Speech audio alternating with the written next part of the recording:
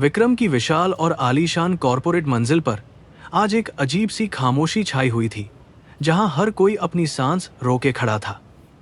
उस शानदार कमरे के बीचों बीच अनन्या बिल्कुल शांत और स्थिर खड़ी थी, जबकि उसके सामने अहंकार से भरा हुआ विक्रम अपनी चमड़े की कुर्सी पर बैठा था।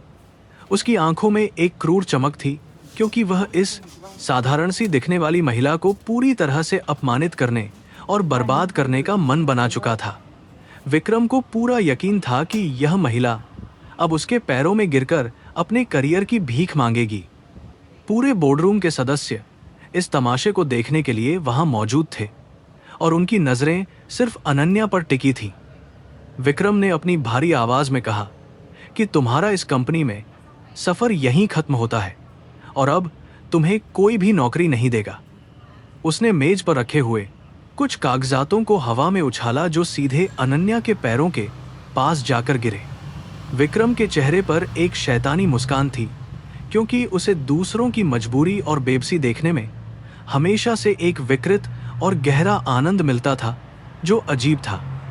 अनन्या ने उन बिखरे हुए कागजातों को एक बार भी नीचे झुककर नहीं देखा, बल्कि उसकी नजरें सीधे विक्रम की आंखों में गड़ी थीं।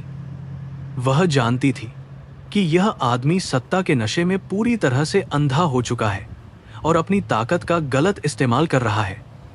उसके चेहरे पर न तो कोई डर था और न ही कोई घबराहट, बल्कि एक रहस्यमयी शांति छाई हुई थी। कमरे में मौजूद बाकी लोग यह देखकर हैरान थे कि इतनी बड़ी बात सुनने के बावजूद इस लड़की की आंखों में आंसू नहीं आया। विक्रम को अनन्या की यह खामोशी बहुत ज्यादा चुभ रही थी, क्योंकि वह हमेशा अपने सामने लोगों को गिड़गिड़ाते हुए देखने का आदी था। उसने अपनी मेज पर जोर से हाथ मारा और चिल्लाते हुए कहा कि तुम अभी भी यहाँ क्या कर रही हो और बाहर क्यों नहीं जाती। वह चाहता था कि अनन्या सबके सामने रोते हुए अपनी गलती माने और उससे माफी मांगे, ताकि उसका गुरूर और ज्यादा बढ़ सके। लेकिन अनन्या के होंठों पर अचानक एक हल्की सी रहस्यमयी मुस्कान उभर आई, जिसने विक्रम के अंदर एक अनजाना सा डर और बेचैनी पैदा कर दी। यह मुस्कान सामान्य नहीं थी, बल्कि इसमें एक ऐसा आत्मविश्वास छिपा था जो किसी साधारण कर्मचारी में नहीं हो सकता। अनन्या ने अपनी फाइल को बहुत ही शान से उठाया और विक्रम की तरफ देखते हुए कहा कि तुमने आज अपनी जिंदगी की सबसे बड़ी गलती की है। उसकी आवाज में एक ऐसी दृढ़ता थी जिसने बोर्डरूम के तापमान को मानो अचानक से बहुत कम कर दिया हो। विक्रम उस भयानक आवाज की गहराई और ताकत को महसूस करके एक पल के लिए सन्न और खामोश रह गया। उसने तुरंत अपने आप को संभाला और अपने सुरक्षा कर्मियों को जोर से आवाज लगाई कि इस औरत को धक्के मारकर इस इमारत से बाहर निकाल दिया जाए।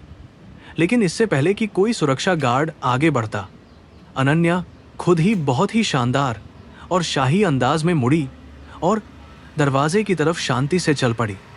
उसके चलने के तरीके में एक अजीब सी सत्ता और अधिकार की भावना थी, जिसे देखकर वहां मौजूद हर इंसान पूरी तरह से अचंभित रह गया था। किसी को समझ नहीं आ रहा था कि वह इतनी बेफिक्र कैसे हो सकती है। विक्रम अपने अहंकार में इतना अंधा था कि वह अपनी जीत का जश्न मनाने के लिए अपने आलीशान केबिन की खिड़की के पास जाकर खड़ा हो गया। वह बाहर का नजारा देखते हुए अपने हाथों में महंगी शराब का गिलास थामे हुए था और अपनी शानदार कॉरपोरेट ताकत पर बुरी तरह से गर्व महसूस कर रहा था। उसे लगा कि उसने आज एक बहुत बड़ी चुनौती को कुचल दिया है और अब कोई भी इंसान उसके फैसलों के खिलाफ जाने की जुर्रत कभी नहीं कर पाएगा। लेकिन तभी आसमान में अजीब आवाजें गूंजने लगीं। बाहर की तरफ आसमान में एक बहुत ही भारी और विशालकाय हेलीकॉप्टर उड़ता हुआ तेजी से विक्रम की इमारत की ओर सीधा चला आ रहा था। उस हेलीकॉप्टर की भयानक और तेज आवाज ने पूरे बोर्डरूम की शांति को बुरी तरह से भंग कर दिया और कांच की खिड़कियां जोर से कांपने लगीं।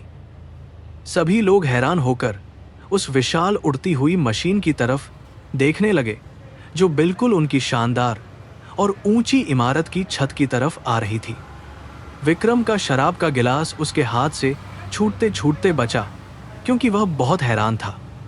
उस काले और सुनहरे रंग के हेलीकॉप्टर के बाहर एक बहुत ही खास और चमकदार शाही प्रतीक बना हुआ था, जिसे दुनिया का हर ताकतवर इंसान पहचानता था। ही महत्वपूर्ण हिस्सा था। विक्रम के माथे पर अचानक पसीने की कुछ ठंडी बूंदें चमकने लगीं, क्योंकि वह समझ नहीं पा रहा था कि शाही परिवार का हेलीकॉप्टर उसकी इमारत पर क्यों आया है। उसने अपने सुरक्षा प्रमुख को तुरंत कठोर आदेश दिया। अनन्या धीरे धीरे लेकिन बहुत ही आत्मविश्वास के साथ सीढ़ियां चढ़ते हुए इमारत की सबसे ऊपरी छत की तरफ जा रही थी, जहां तेज हवाएं चल रही थीं। उसके चेहरे पर अभी भी वही शांत और रहस्यमयी मुस्कान थी, जो विक्रम को उसके शानदार बोर्डरूम में पूरी तरह से डरा और हैरान कर चुकी थी। उसे पता था कि आज का यह दिन विक्रम के अहंकार और उसके साम्राज्य के पतन की सबसे पहली और खौफनाक शुरुआत होने वाला है। वह अपने अपमान का बदला बहुत शानदार तरीके से लेने वाली थी। छत पर पहुंचते ही हेलीकॉप्टर के दरवाजे खुले और काले सूट पहने हुए 4 अत्यधिक प्रशिक्षित सुरक्षा कर्मियों ने बाहर निकलकर बहुत ही सम्मान के साथ सिर झुकाया। उन्होंने अनन्या को देखते ही उसे महारानी कहकर संबोधित किया और उसे सुरक्षित अंदर ले जाने के लिए अपना रास्ता पूरी तरह से साफ कर दिया। यह नज़ारा विक्रम के उन सुरक्षा गार्ड्स ने देखा जो अनन्या का पीछा करते हुए छत तक आए थे, और अब वे डर के मारे पूरी तरह से कांप रहे थे।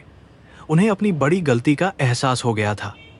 विक्रम को जब अपने सुरक्षा प्रमुख से इस पूरी घटना की भयानक जानकारी मिली, तो उसके पैरों तले की सारी जमीन अचानक से पूरी तरह खिसक गई। उसे बिल्कुल भी विश्वास नहीं हो रहा था कि जिस साधारण सी लड़की को उसने अभी कुछ ही मिनटों पहले इतनी बुरी तरह से अपमानित किया था, वह शाही परिवार की असली उत्तराधिकारी थी। उसका दिमाग सुन्न पड़ गया और वह अपनी चमड़े की कुर्सी पर धम से बैठ गया, क्योंकि उसे अपने विनाश का एक बहुत ही स्पष्ट और खौफनाक सपना साफ नजर आने लगा था। दूसरी तरफ हेलीकॉप्टर के अंदर बैठते ही अनन्या ने अपनी एक बहुत ही खास और सुरक्षित संचार डिवाइस निकाली और अपने सबसे भरोसेमंद रणनीतिकार से तुरंत संपर्क किया। उसने एक ठंडी और कठोर आवाज में आदेश दिया कि विक्रम के पूरे व्यापारिक साम्राज्य को जड़ से खत्म करने का ऑपरेशन आज और अभी से पूरी तरह शुरू कर दिया जाए। उसकी आंखों में न्याय की एक ऐसी भयंकर आग जल रही थी, जो तब तक शांत नहीं होने वाली थी जब तक विक्रम अपने घुटनों पर आकर पूरी दुनिया के सामने अपने अनगिनत अपराधों की माफी नहीं मांग लेता। हेलीकॉप्टर शहर की ऊंची और शानदार इमारतों के ऊपर से उड़ते हुए राजसी महल की तरफ बहुत ही तेज गति से आगे बढ़ रहा था। अनन्या नीचे के छोटे होते हुए शहर को देख रही थी, जहां विक्रम जैसे अनगिनत अहंकारी लोग अपनी झूठी ताकत और पैसे के घमंड में अंधे हो चुके थे। उसने बचपन से ही अपने राजसी परिवार में सच्ची ताकत और जिम्मेदारी का सही मतलब सीखा था, जो कमजोरों की रक्षा करने के लिए इस्तेमाल की जानी चाहिए। विक्रम ने आज उस सीमा को पार कर दिया था जिसे वह कभी माफ नहीं कर सकती थी। विक्रम के शानदार कार्यालय में खौफ का माहौल तेजी से फैलने लगा था और उसके सभी कर्मचारी अब पूरी तरह से डरे हुए नजर आ रहे थे। विक्रम ने अपनी घबराहट को छिपाने की बहुत कोशिश की और चिल्लाकर कहा कि यह सब एक नाटक है और वह औरत राजसी खानदान की नहीं हो सकती। उसने अपने कानूनी सलाहकारों को तुरंत बुलाया और उन्हें निर्देश दिया कि वे इस घटना को मीडिया की नज़रों से छिपाने का हर संभव उपाय खोजें। लेकिन उसका अंदरूनी भयानक डर उसे अंदर ही अंदर बहुत तेजी से खोखला कर रहा था। शाही महल में पहुंचने के बाद अनन्या का बहुत भव्य तरीके से स्वागत किया गया, जहां हर कोई उसके सामने सिर झुकाकर खड़ा था। उसने अपने सादे कॉरपोरेट कपड़े उतारे और एक सुंदर शाही पोशाक पहनी, जो उसके असली व्यक्तित्व को पूरी तरह से दर्शा रही थी। महल के बड़े रणनीतिक कक्ष में उसके सबसे वफादार और चालाक सलाहकार पहले से ही मौजूद थे, जो उसके अगले आदेश का बेसब्री के साथ इंतजार कर रहे थे। अब इस भयानक व्यापारिक खेल के सारे नियम पूरी तरह से बदलने वाले थे और विक्रम का अंत निश्चित था। अनन्या ने एक बड़े डिजिटल स्क्रीन के सामने खड़े होकर विक्रम के काले साम्राज्य के अनगिनत वित्तीय आंकड़ों और गुप्त लेन देन की बहुत ही बारीकी से समीक्षा करनी शुरू कर दी। उसे पता था कि विक्रम की सबसे बड़ी कमजोरी उसका बेहिसाब पैसा और उसकी कंपनी के वो भ्रष्ट निवेशक हैं जो हमेशा सिर्फ अपने फायदे के बारे में सोचते हैं। उसने अपने सलाहकारों को आदेश दिया कि सबसे पहले विक्रम की कंपनी के शेयरों को पूरी तरह से गिराने के लिए बाजार में कुछ बहुत ही खास और गुप्त वित्तीय चालें चली जाएं। बाजार में अगले ही दिन विक्रम की कंपनी के शेयरों में एक बहुत ही भारी और रहस्यमयी गिरावट देखने को मिली, जिसने शेयर बाजार के सभी बड़े विशेषज्ञों को चौंका दिया। विक्रम के दलाल और वित्तीय प्रबंधक बुरी तरह से घबरा गए और उसे बार बार फोन करके इस तास करते हैं भारी नुकसान को रोकने के लिए कोई ठोस योजना बनाने की गुहार लगाने लगे। विक्रम को समझ नहीं आ रहा था कि अचानक से उसकी इतनी मजबूत और ताकतवर कंपनी को किसकी बुरी नजर लग गई है जो उसे इस तरह से बर्बाद करने पर पूरी तरह तुली है। उसने अपने विरोधियों और व्यापारिक दुश्मनों की पूरी सूची की जांच करवाई, लेकिन किसी में भी इतनी हिम्मत और ताकत नहीं थी कि वह विक्रम जैसे शक्तिशाली इंसान को चुनौती दे सके। तभी उसके दिमाग में अचानक से वो खौफनाक मंजर दोबारा घूमने लगा जब वह बिहारा हेलीकॉप्टर उसकी इमारत पर आया था और अनन्या ने उसे बहुत ही ठंडी और खतरनाक मुस्कान दी थी। विक्रम के पूरे शरीर में एक सिहरन दौड़ गई जब उसने यह सोचना शुरू किया कि क्या यह सब उसी साधारण सी दिखने वाली औरत का कोई भयानक और खौफनाक खेल हो सकता है। विक्रम ने अपनी निजी खुफिया टीम को तुरंत आदेश दिया कि वे अनन्या के असली अतीत और उसके पूरे परिवार के बारे में हर एक छोटी से छोटी जानकारी खोज कर लाएं। वह यह जानना चाहता था कि आखिर वह औरत कौन है और उसके पास शाही हेलीकॉप्टर बुलाने की इतनी बड़ी और भयानक ताकत कहां से आई है जिसने उसे डरा दिया है।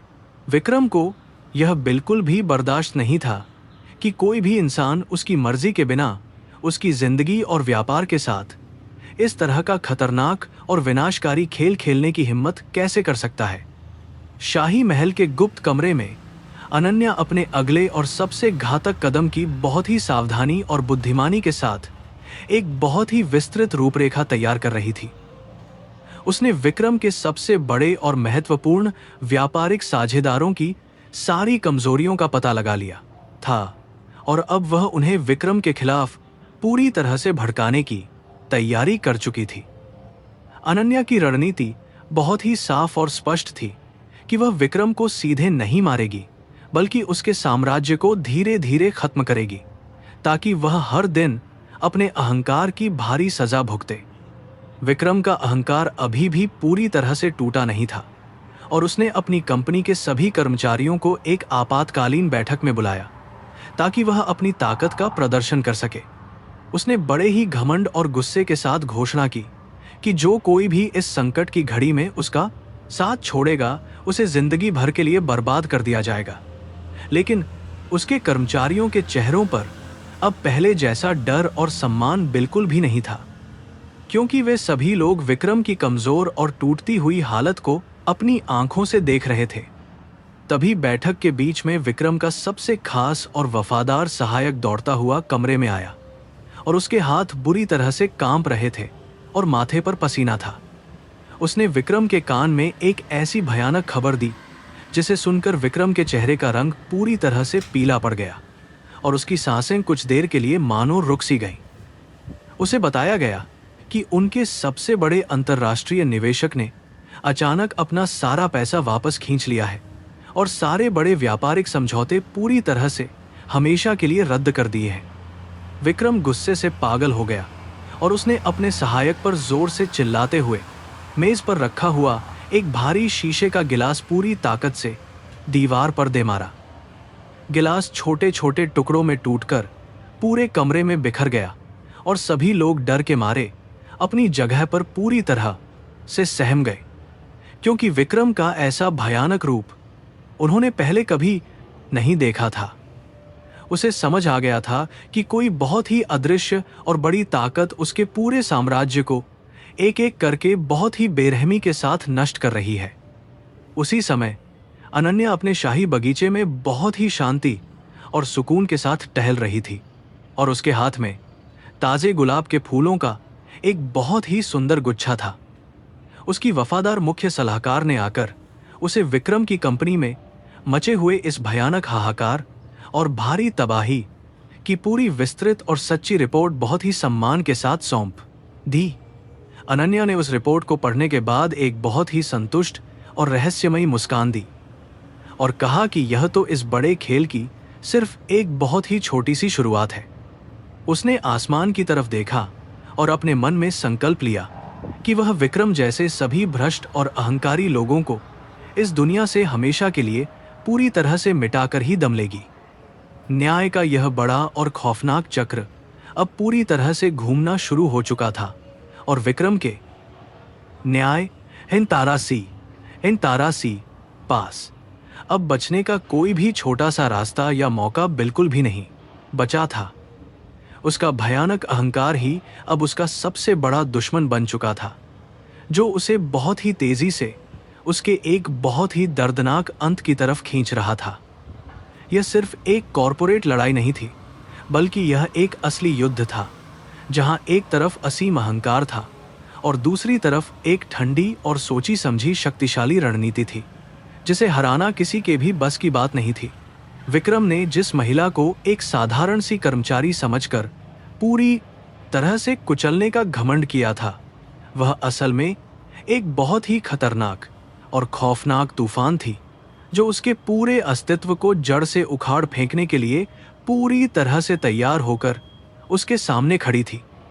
राजमहल की ऊंची और मजबूत दीवारें सदियों पुरानी कहानियों को अपने भीतर समेटे हुए बहुत ही शानदार तरीके से खड़ी थीं, जहां अब एक नई और खतरनाक कहानी लिखी जा रही थी। अनन्या अपने शानदार और भव्य कमरे में दाखिल हुई, जहां हर एक चीज पर शाही मुहर और बहुत ही बारीक कारीगरी स्पष्ट रूप से दिखाई दे रही थी। उसने अपने चेहरे से थकावट के सारे भाव पूरी तरह से मिटा दिए और एक गहरी सांस लेकर खुद को अगले बड़े युद्ध के लिए तैयार किया। हेलीकॉप्टर से उतरने के बाद उसका भव्य स्वागत किया गया था, लेकिन उसके दिमाग में सिर्फ विक्रम का वह घमंडी और क्रूर चेहरा घूम रहा था, जिसने उसे सबके सामने अपमानित करने की कोशिश की थी। अनन्या ने अपने सादे कपड़े उतारे और एक बहुत ही सुंदर और ताकतवर शाही पोशाक पहन ली, जो उसके असली और महान व्यक्तित्व को पूरी दुनिया के सामने बहुत ही स्पष्ट रूप से दर्शा रही थी। अब वह कोई मामूली कर्मचारी नहीं, बल्कि इस विशाल साम्राज्य की एकमात्र और सबसे शक्तिशाली महारानी थी, जिसे न्याय करना था। उसकी मुख्य सेविका और सबसे भरोसेमंद साथी मीरा ने बहुत ही अदब और सम्मान के साथ सिर झुकाकर एक सोने की थाली में कुछ बेहद जरूरी और अति गोपनीय दस्तावेज पेश किए। ये वो सारे खुफिया कागजात थे जिन्हें इकट्ठा करने में अनन्या के विशेष जासूसों को कई महीनों का बहुत ही लंबा और मुश्किल समय लगा था, और इनमें विक्रम के सारे काले राज थे। अनन्या ने उन कागजातों को अपने हाथों में लिया और उसकी आंखों में एक बहुत ही तेज और खतरनाक चमक आ गई।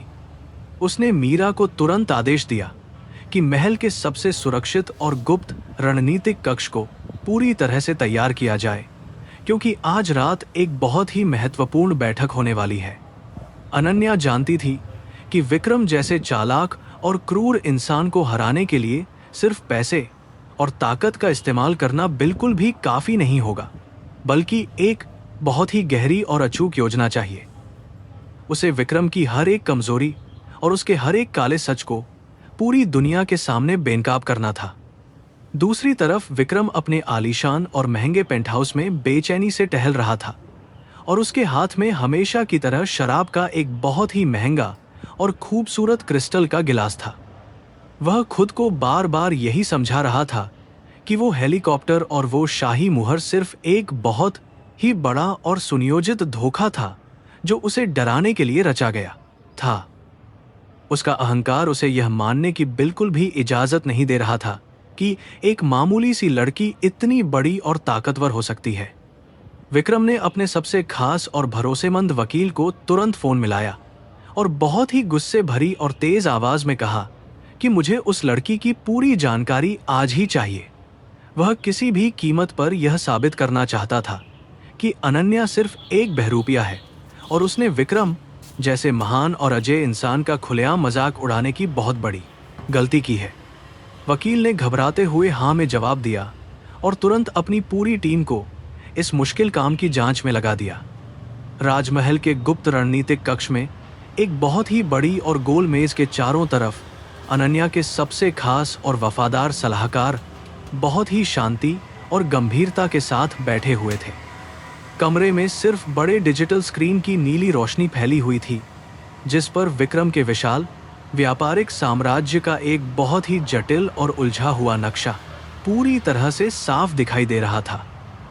अनन्या ने अपनी कुर्सी से उठकर उस स्क्रीन की तरफ इशारा किया और अपनी बहुत ही कठोर और स्पष्ट आवाज में बोलना शुरू किया। उसने अपने सलाहकारों को बताया कि विक्रम की सबसे बड़ी ताकत उसका वो विशाल और अंधा पैसा है जो उसने गरीबों और मजलूमों का खून चूसकर बहुत ही बेदर्दी से इकट्ठा किया है।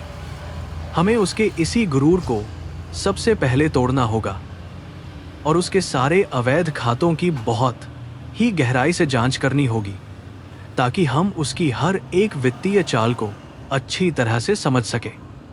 उसके वफादार सलाहकारों ने एक साथ हामी भरी और इस बड़े मिशन को अंजाम देने के लिए अपनी सारी तैयारियां शुरू कर दी। अनन्या के मुख्य खुफिया अधिकारी ने खड़े होकर एक बहुत ही विस्तृत रिपोर्ट पेश की, जिसमें विक्रम की उन सभी फर्जी कंपनियों का जिक्र था जिनका इस्तेमाल वह अपना काला धन छिपाने के लिए करता था। इन कंपनियों के जरिए वह सरकार को धोखा दे रहा था और अपने व्यापारिक दुश्मनों को पूरी तरह से कुचलने के लिए एक बहुत ही बड़ा और खतरनाक अवैध नेटवर्क चला रहा था।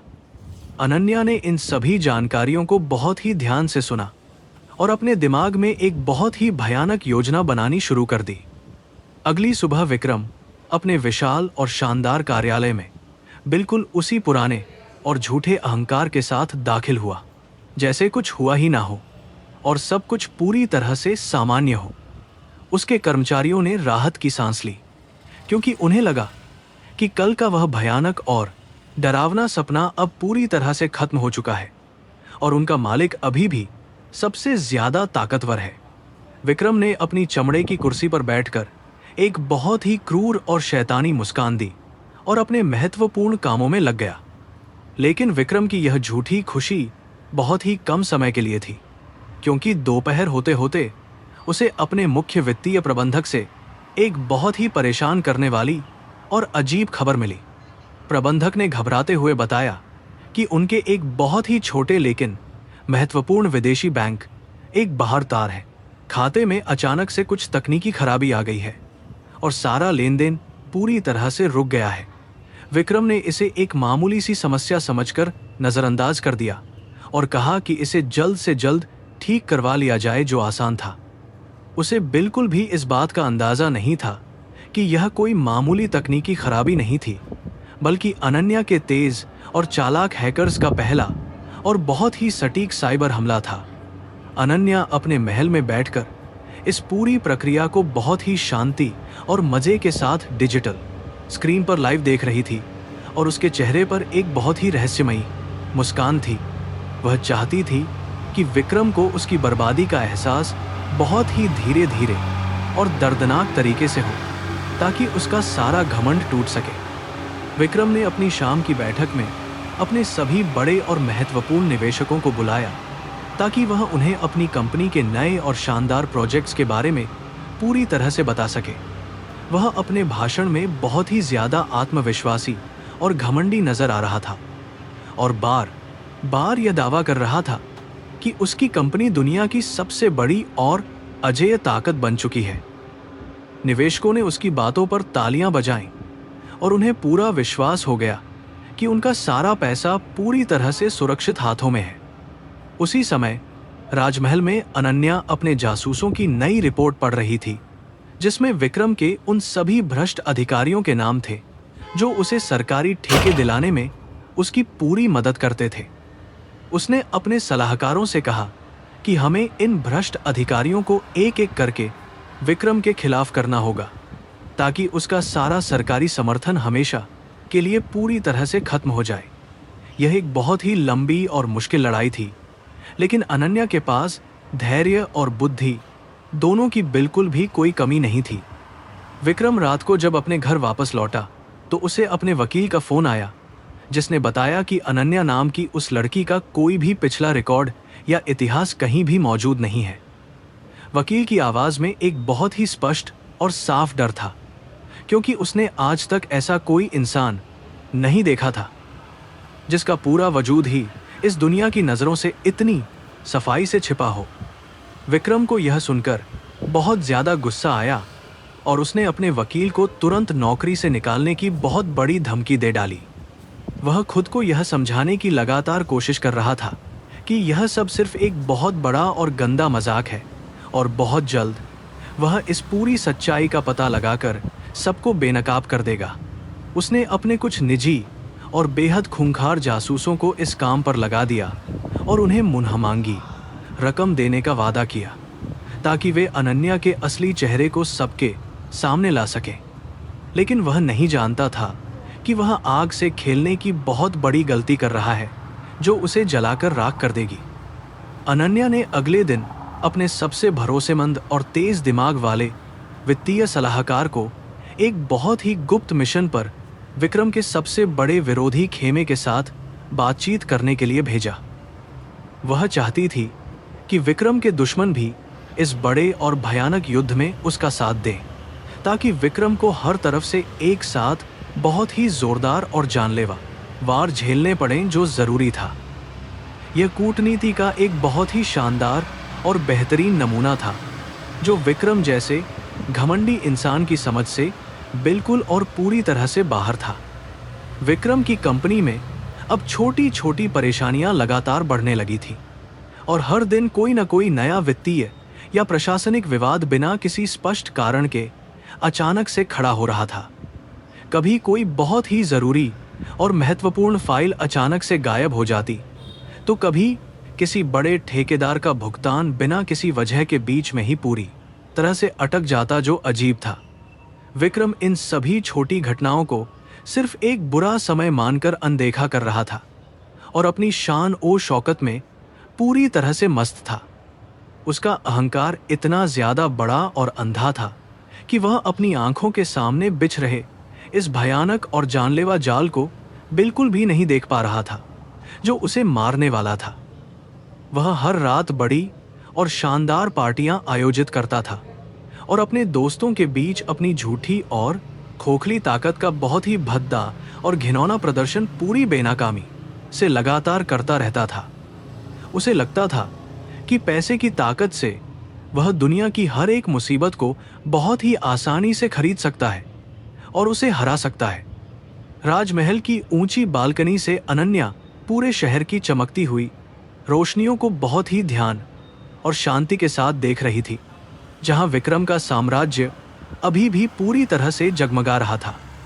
उसने अपने मन में बहुत ही दृढ़ निश्चय कर लिया था कि वह इन रोशनियों को हमेशा के लिए बुझा देगी और इस शहर को विक्रम के अत्याचारों से पूरी तरह से आज़ाद कराएगी। उसकी आंखें एक बहुत ही तेज और खौफनाक शिकारी की तरह चमक रही थी, जो अपने शिकार पर झपटने के लिए पूरी तरह से तैयार है। मीरा ने आकर अनन्या को एक बहुत ही गर्म और स्वादिष्ट हर्बल चाय का प्याला दिया और कहा कि सब कुछ हमारी योजना के अनुसार ही बहुत ही सही और सटीक तरीके से चल रहा है। अनन्या ने चाय की चुस्की लेते हुए एक बहुत ही ठंडी और रहस्यमयी मुस्कान दी और कहा कि विक्रम को अभी थोड़ा और हवा में उड़ने दो, ताकि जब वह नीचे गिरे तो उसकी हड्डियां टूटें। वह इस खेल के हर एक पल का बहुत ही गहराई और शांति के साथ पूरा आनंद ले रही थी, जो बहुत जरूरी था।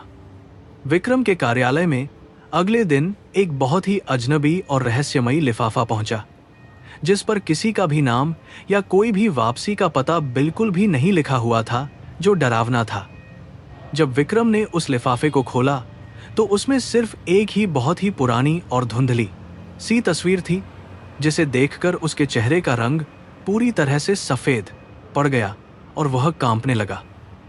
वह तस्वीर उसके एक बहुत ही पुराने और घिनौने अपराध की थी, जिसे उसने कई सालों पहले बहुत सारे पैसे देकर हमेशा के लिए दबा दिया था। उसे बिल्कुल भी समझ नहीं आ रहा था कि यह पुरानी और खौफनाक तस्वीर अचानक से इतने सालों बाद उसके सामने कैसे और कहां से आ गई है, और इसे किसने भेजा है। उसने घबराहट में अपने पुराने साथियों को फोन मिलाया, लेकिन किसी का भी फोन नहीं लगा, क्योंकि वे सभी लोग पहले से ही अनन्या के गुप्त जासूसों की बहुत ही कड़ी और भयानक निगरानी में थे। विक्रम के सीने में पहली बार एक बहुत ही सच्चा और भयानक डर पैदा हुआ, जो उसकी रातों की नींद पूरी तरह से उड़ाने वाला था। लेकिन फिर से उसने अपने उसी झूठे और खोखले अहंकार का सहारा लिया और उस तस्वीर को फाड़कर कूड़ेदान में फेंक दिया और खुद को तसल्ली दी कि कोई उसका कुछ नहीं बिगाड़ सकता। वह अपनी मेज पर जोर से मुक्का मारते हुए चिल्लाया कि मैं विक्रम हूं और इस शहर का बेताज बादशाह हूं, जिसे कोई भी ऐरा गहरा इंसान डरा या धमका बिल्कुल भी नहीं सकता है। उसका यह अंधा विश्वास ही उसकी सबसे बड़ी कमजोरी थी, जिसका अनन्या बहुत ही बेहतरीन और शानदार तरीके से पूरा फायदा उठा रही थी। अनन्या को अपने जासूसों के जरिए विक्रम की इस घबराहट और बौखलाहट की पूरी जानकारी तुरंत मिल गई थी, और वह अपनी इस छोटी सी जीत पर बहुत ही ज्यादा खुश और संतुष्ट थी। उसने अपने सलाहकारों से कहा कि मनोवैज्ञानिक युद्ध पूरी तरह से शुरू हो चुका है, और अब हमें विक्रम के दिमाग को और भी ज्यादा उलझाना और बुरी तरह से थकाना होगा ताकि वह गलती करे। विक्रम अब पूरी तरह से अनन्या के इशारों पर नाचने वाली एक बहुत ही लाचार और बेबस कठपुतली बन चुका था, जिसे अपनी बर्बादी का अंदाजा नहीं था।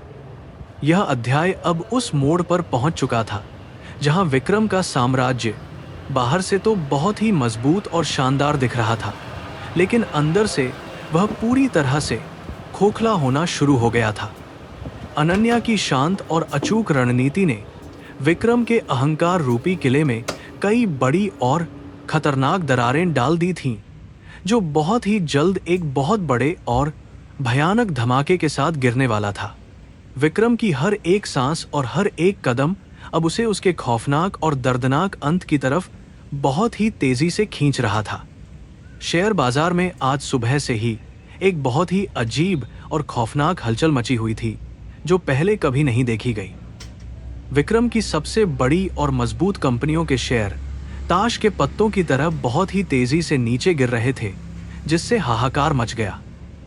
निवेशकों के बीच एक भयंकर दहशत फैल गई थी, और हर कोई अपना पैसा निकालकर भागने की पूरी और जल्दबाजी में कोशिश कर रहा था।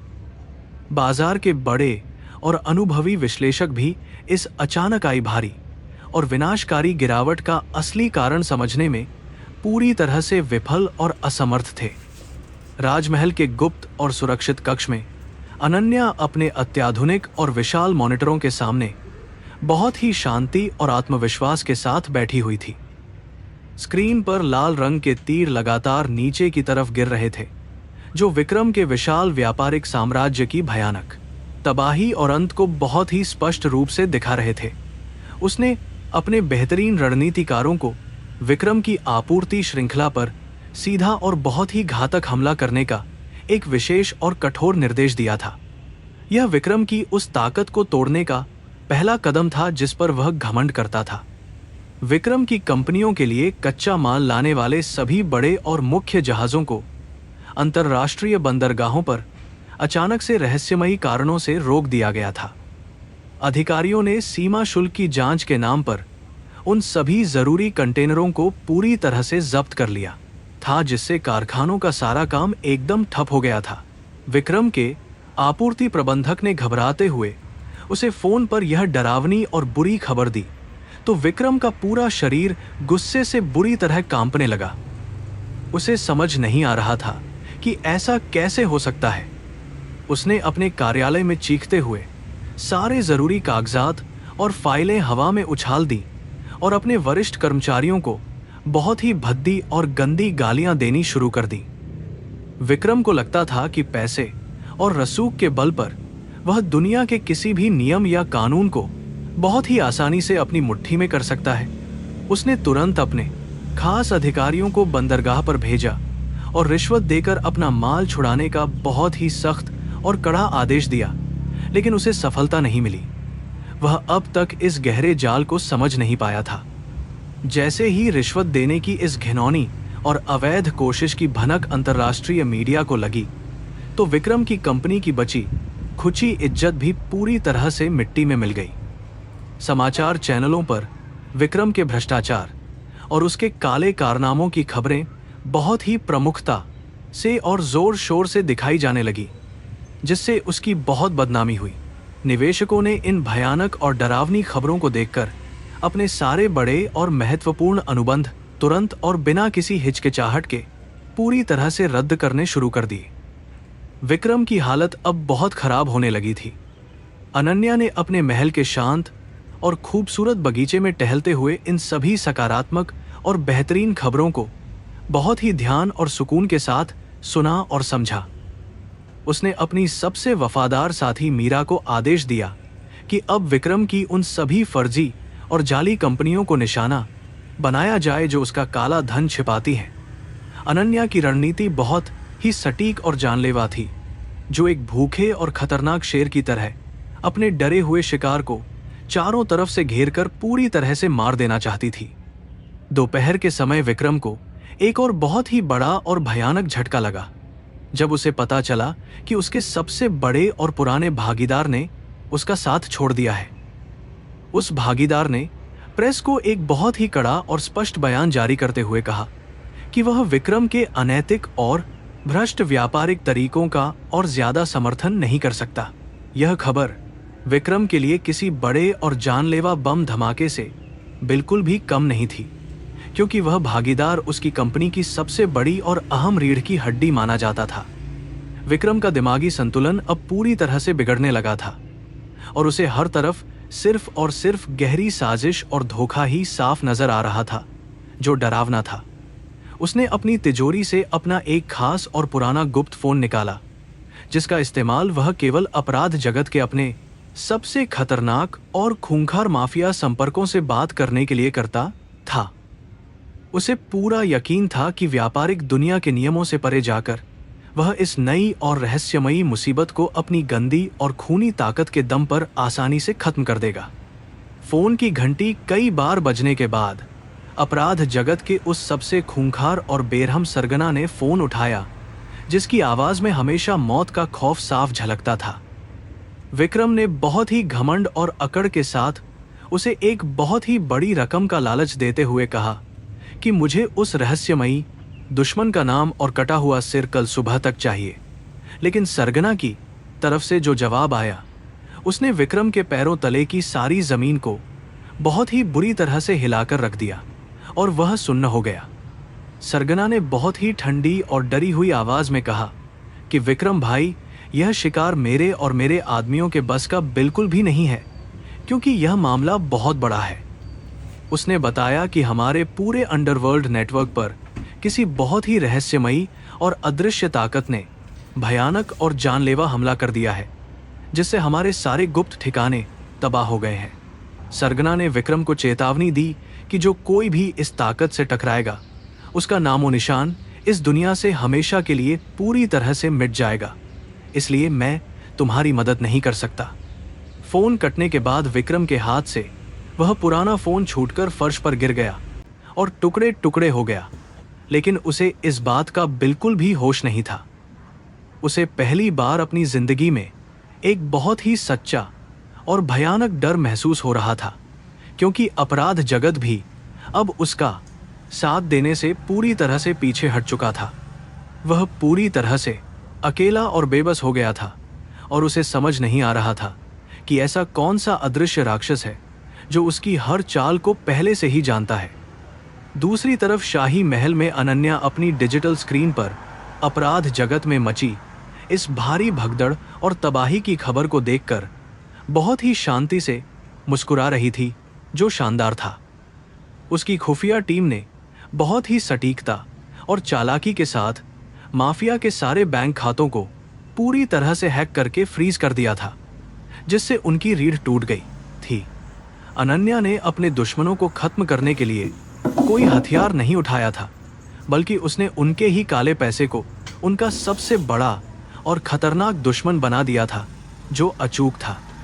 शाम होते होते विक्रम की फर्जी और बेनामी कंपनियों का एक बहुत ही बड़ा और भयानक घोटालों का जाल अंतर्राष्ट्रीय जांच एजेंसियों के हाथ पूरी तरह से लग चुका था, जो खतरनाक था। इन एजेंसियों ने तुरंत एक बहुत ही कड़ी और बड़ी कार्रवाई करते हुए विक्रम की कई संपत्तियों को पूरी तरह से कुर्क करने का सख्त आदेश जारी कर दिया, जिससे हड़कंप मच गया।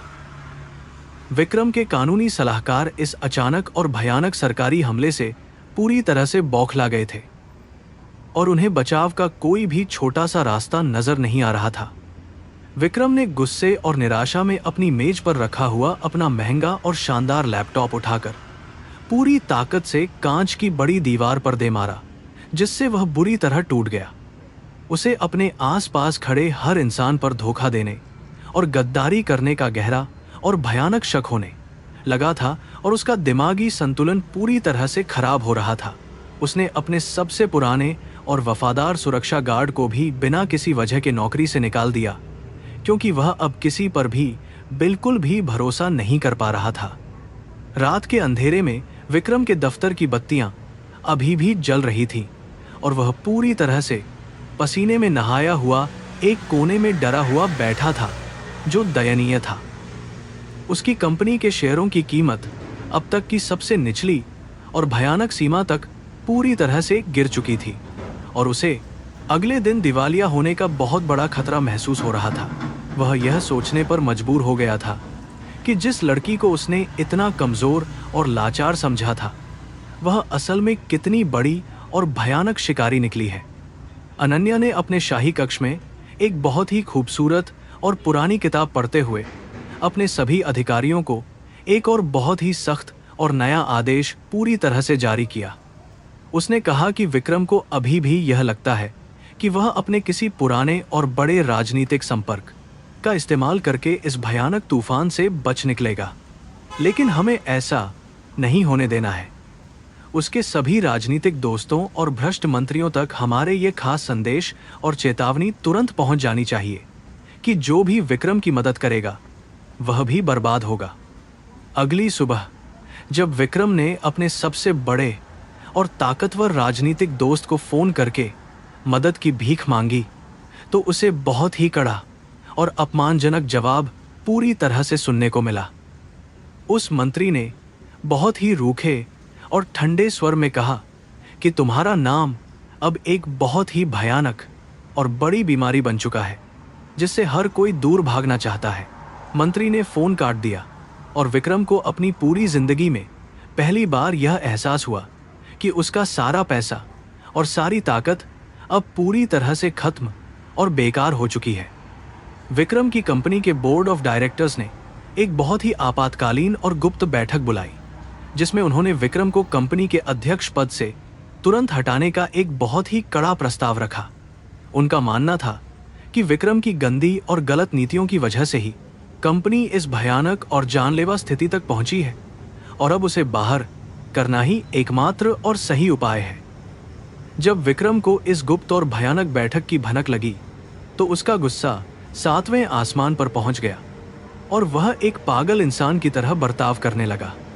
वह तुरंत उस बड़े और शानदार बैठक कक्ष में घुस गया और अपने बोर्ड के सदस्यों को बहुत ही गंदी और जान से मारने की भयानक धमकियां खुलेआम और बिना किसी डर के देने लगा। उसने चिल्लाते हुए कहा कि यह कंपनी मेरी है और मैंने इसे अपने खून और पसीने से बहुत ही मेहनत से बनाया है, इसलिए कोई भी मुझे यहाँ से बाहर नहीं निकाल सकता है। लेकिन सदस्यों की आंखों में अब उसके लिए कोई भी डर या सम्मान नहीं था, बल्कि वे सभी लोग उसे बहुत ही नफरत और घृणा की नज़र से देख रहे थे। मीरा ने राजमहल में अनन्या को इस पूरी मज़ेदार और शानदार घटना की वीडियो रिकॉर्डिंग दिखाई, जिसे देखकर अनन्या के चेहरे पर एक बहुत ही विजयी और रहस्यमयी मुस्कान पूरी तरह से छा गई। उसने कहा कि विक्रम का यह घमंड और अहंकार ही उसे अंदर से बहुत ही बुरी तरह से खा रहा है और वह खुद ही अपनी कब्र बहुत ही गहराई तक खोद रहा है। हमें बस थोड़ा सा और इंतजार करना है ताकि वह अपने ही बुने हुए इस भयानक और डरावने जाल में पूरी तरह से फंसकर हमेशा के लिए तड़पता रहे। विक्रम ने अपनी कंपनी की गिरती हुई भयानक हालत को सुधारने के लिए अपने व्यक्तिगत और निजी खातों से बहुत सारा पैसा बाजार में लगाने की एक बहुत ही बेवकूफ़ी भरी और बड़ी कोशिश की। लेकिन अनन्या की टीम इतनी ज़्यादा तेज़ और चालाक थी कि उन्होंने उस पैसे को भी बहुत ही आसानी से विदेशी शैल कंपनियों के एक बड़े और उलझे हुए जाल में फंसा कर फ्रीज कर दिया। विक्रम अब पूरी तरह से कंगाल हो चुका था और उसके पास अपने कर्मचारियों को वेतन देने तक के लिए भी कोई पैसा नहीं बचा था। उस रात शहर में बहुत ही तेज और भयानक बारिश हो रही थी और विक्रम अपने बड़े और खाली पेंट हाउस में अकेला खड़ा होकर बाहर के घने और डरावने अंधेरे को चुपचाप देख रहा था। उसे पहली बार अपनी उन सभी गलतियों और पापों का भयानक एहसास हो रहा था जो उसने अपने अहंकार और सत्ता के नशे में अंधे होकर मासूम और गरीब लोगों के साथ बहुत बेदर्दी से किए थे। उसे समझ आ गया था कि उसके पास अब बचने का कोई भी छोटा सा रास्ता या उम्मीद की किरण बिल्कुल भी नहीं बची है।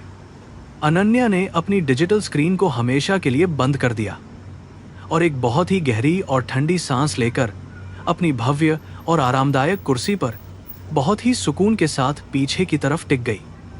उसने आज विक्रम के पूरे व्यापारिक साम्राज्य को लगभग पूरी तरह से नष्ट कर दिया था, लेकिन अभी भी असली और सबसे बड़ी लड़ाई का एक बहुत ही महत्वपूर्ण हिस्सा बाकी था जिसे खत्म करना था।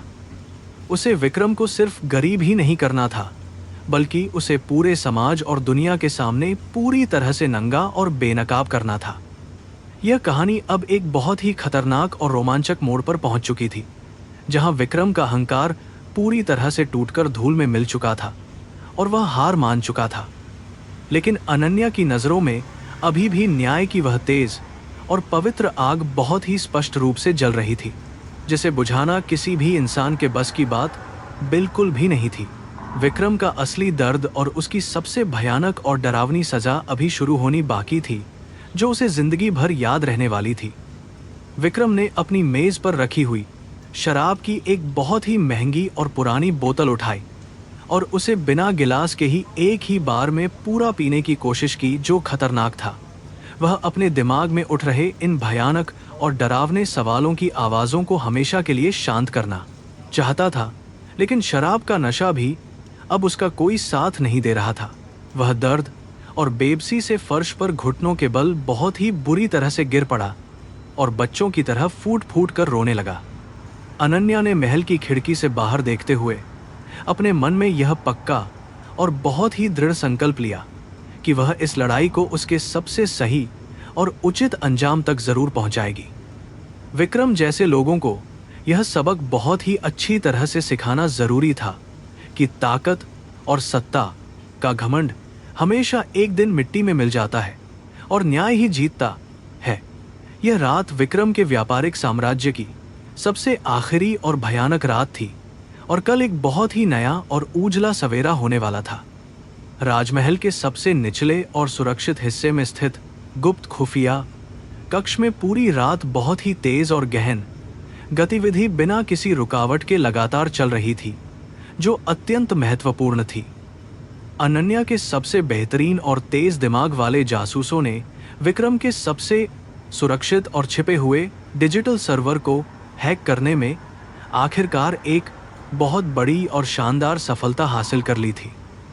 इस सर्वर में विक्रम के उन सभी भयानक और घिनौने अपराधों के पक्के सबूत मौजूद थे, जिन्हें उसने दुनिया की नज़रों से बहुत ही चालाकी से छिपा कर रखा था। जब इन सभी गुप्त और संवेदनशील फाइलों को डिक्रिप्ट करके बड़ी स्क्रीन पर खोला गया, तो कमरे में मौजूद हर एक व्यक्ति की आंखें भयानक हैरानी और गुस्से से पूरी तरह फटी रह गईं। इन दस्तावेजों में विक्रम द्वारा किए गए काले धन को सफ़ेद करने और निर्दोष मजदूरों का खून चूसने के सारे पुख्ता और डरावने सबूत बहुत ही साफ और स्पष्ट रूप से लिखे हुए थे। अनन्या ने इन फाइलों को बहुत ही ध्यान और गंभीरता से पढ़ा और उसके चेहरे पर एक बहुत ही कठोर और ठंडी नफरत की स्पष्ट लकीर खींच गई जो खतरनाक थी। उसने अपनी टीम को तुरंत निर्देश दिया कि विक्रम के उन सभी खास और भरोसेमंद लोगों की एक पूरी सूची तैयार की जाए जो उसके इस काले साम्राज्य को चलाने में मदद करते हैं। अनन्या अच्छी तरह से जानती थी कि किसी भी बड़े किले को बाहर से तोड़ने के बजाय अंदर के लोगों को अपनी तरफ मिला लेना ज्यादा आसान और बेहतरीन रणनीति होती है। वह विक्रम के सबसे करीबी लोगों को शाही माफी और सुरक्षा का बड़ा लालच देकर उन्हें विक्रम के खिलाफ पूरी तरह से भड़काने का पक्का और अटल इरादा कर चुकी थी। विक्रम का मुख्य वित्तीय अधिकारी हमेशा से ही उसके काले धन को छिपाने और कर चोरी करने का सबसे बड़ा और मुख्य सूत्रधार रहा था, जो अब बहुत डरा हुआ था। अनन्या की खुफिया टीम ने आधी रात को उस अधिकारी के घर में एक बहुत ही सुरक्षित और गुप्त तरीके से प्रवेश किया और उसे नींद से जगाकर बहुत बुरी तरह से चौंका दिया। उन्होंने उसके सामने उन सभी दस्तावेजों का एक बड़ा ढेर रख दिया जिन्हें देखकर उस अधिकारी के चेहरे का रंग पूरी तरह से सफेद पड़ गया और वह बहुत ज्यादा कांपने लगा। अनन्या के मुख्य जासूस ने शांत और खतरनाक आवाज में उसे समझाया कि अगर वह विक्रम के सारे काले राज उगल दे तो उसे शाही माफी पूरी तरह से दे दी जाएगी। अधिकारी जानता था कि विक्रम का जहाज अब बहुत तेजी से डूब रहा है और उसके साथ डूबने से बेहतर है कि वह अपनी जान को किसी तरह से बचा ले। उसने बिना किसी हिचकिचाहट के उस शाही प्रस्ताव को तुरंत स्वीकार कर लिया और विक्रम के सभी गुप्त बैंक खातों के सारे पासवर्ड अनन्या की टीम के हवाले पूरी तरह से कर दिए। अगला निशाना विक्रम का मुख्य संचालन प्रबंधक था, जो कर्मचारियों पर अत्याचार करने और उन्हें चुप रखने के लिए अपनी डरावनी गुंडागर्दी का इस्तेमाल बहुत ही बेखौफ तरीके से करता था। अनन्या के लोगों ने उसे उसके एक बहुत ही गुप्त और अवैध ठिकाने पर घेर लिया जहां वह अपनी काली कमाई का जश्न मनाने में पूरी तरह से डूबा हुआ था। जब उसे यह बताया गया कि उसके सारे काले कारनामे पुलिस तक पहुंचने वाले हैं, तो उसकी सारी अकड़ और घमंड एक ही पल में पूरी तरह से चकनाचूर होकर खत्म हो गया। उसने अपनी जान की भीख मांगते हुए घुटने टेक दिए और रोते हुए वादा किया कि वह विक्रम के खिलाफ अदालत में मुख्य गवाह बनने के लिए पूरी तरह से तैयार है।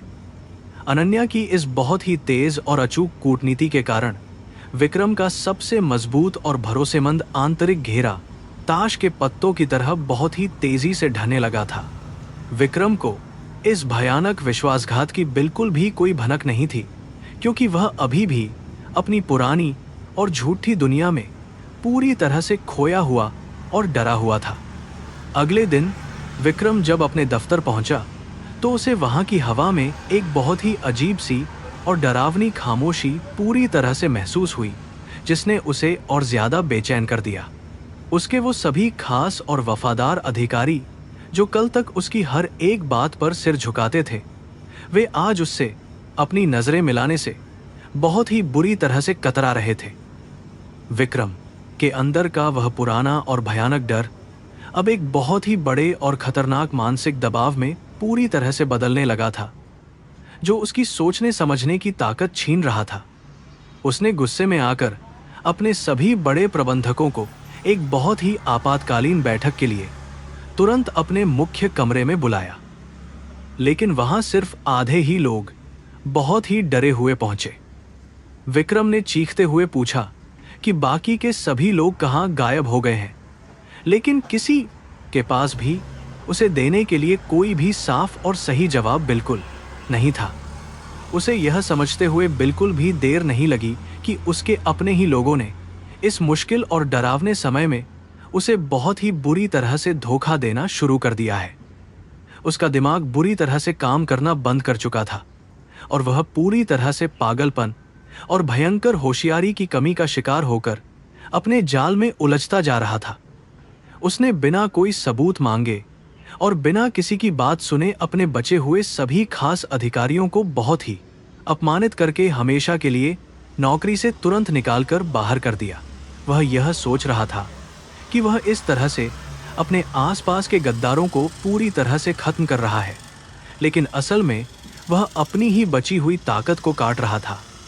राजमहल में बैठी अनन्या को जब इस पूरी डरावनी और मजेदार घटना की पक्की खबर मिली तो वह खुशी से बहुत ही जोर से हंस पड़ी, क्योंकि विक्रम ने खुद अपनी कब्र खोद ली थी। उसने कहा कि विक्रम का यह झूठा और अंधा अहंकार ही उसका सबसे बड़ा और खौफनाक दुश्मन बन गया है, जो उसे हर पल अंदर से बहुत ही बुरी तरह से नष्ट कर रहा है।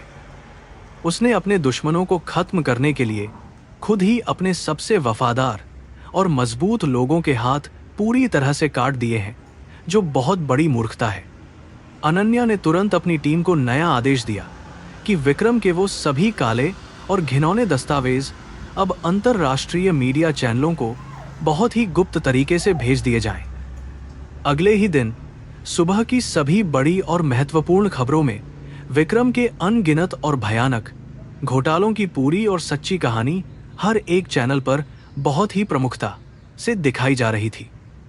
विक्रम का वह पुराना और सम्मानजनक नाम अब पूरी दुनिया की नज़रों में एक बहुत ही गंदी और भयानक गाली बन चुका था, जिसे हर कोई नफरत कर रहा था। इन भयानक और डरावनी खबरों के सामने आने के कुछ ही घंटों बाद भारी पुलिस बल ने विक्रम के शानदार और विशाल मुख्यालय पर चारों तरफ से एक बहुत बड़ा और कड़ा छापा मार दिया।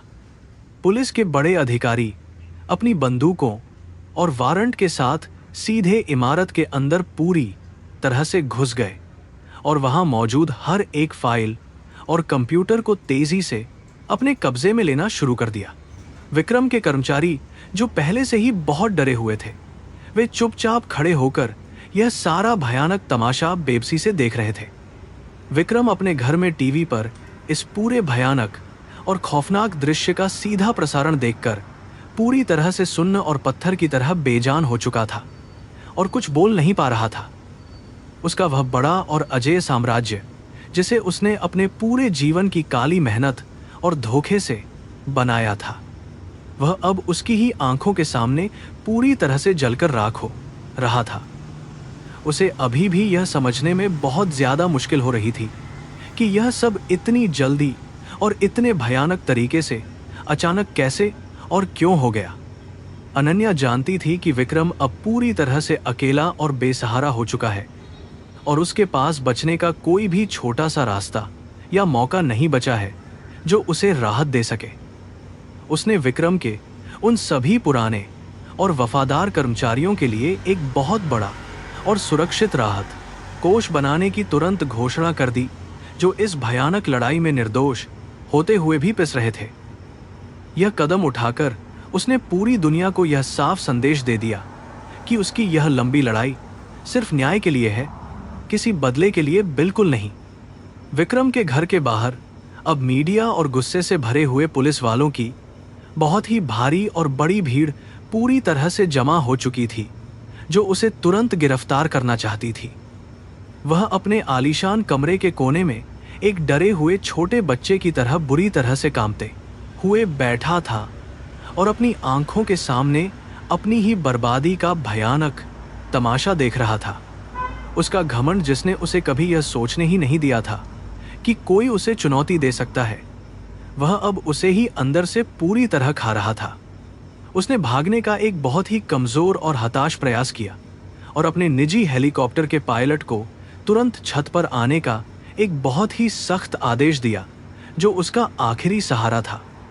लेकिन जैसे ही वह भागकर अपनी इमारत की सबसे ऊंची छत पर पहुंचा तो उसने देखा कि हेलीकॉप्टर वहां मौजूद ही नहीं था और सब कुछ पूरी तरह से खाली और शांत पड़ा हुआ था।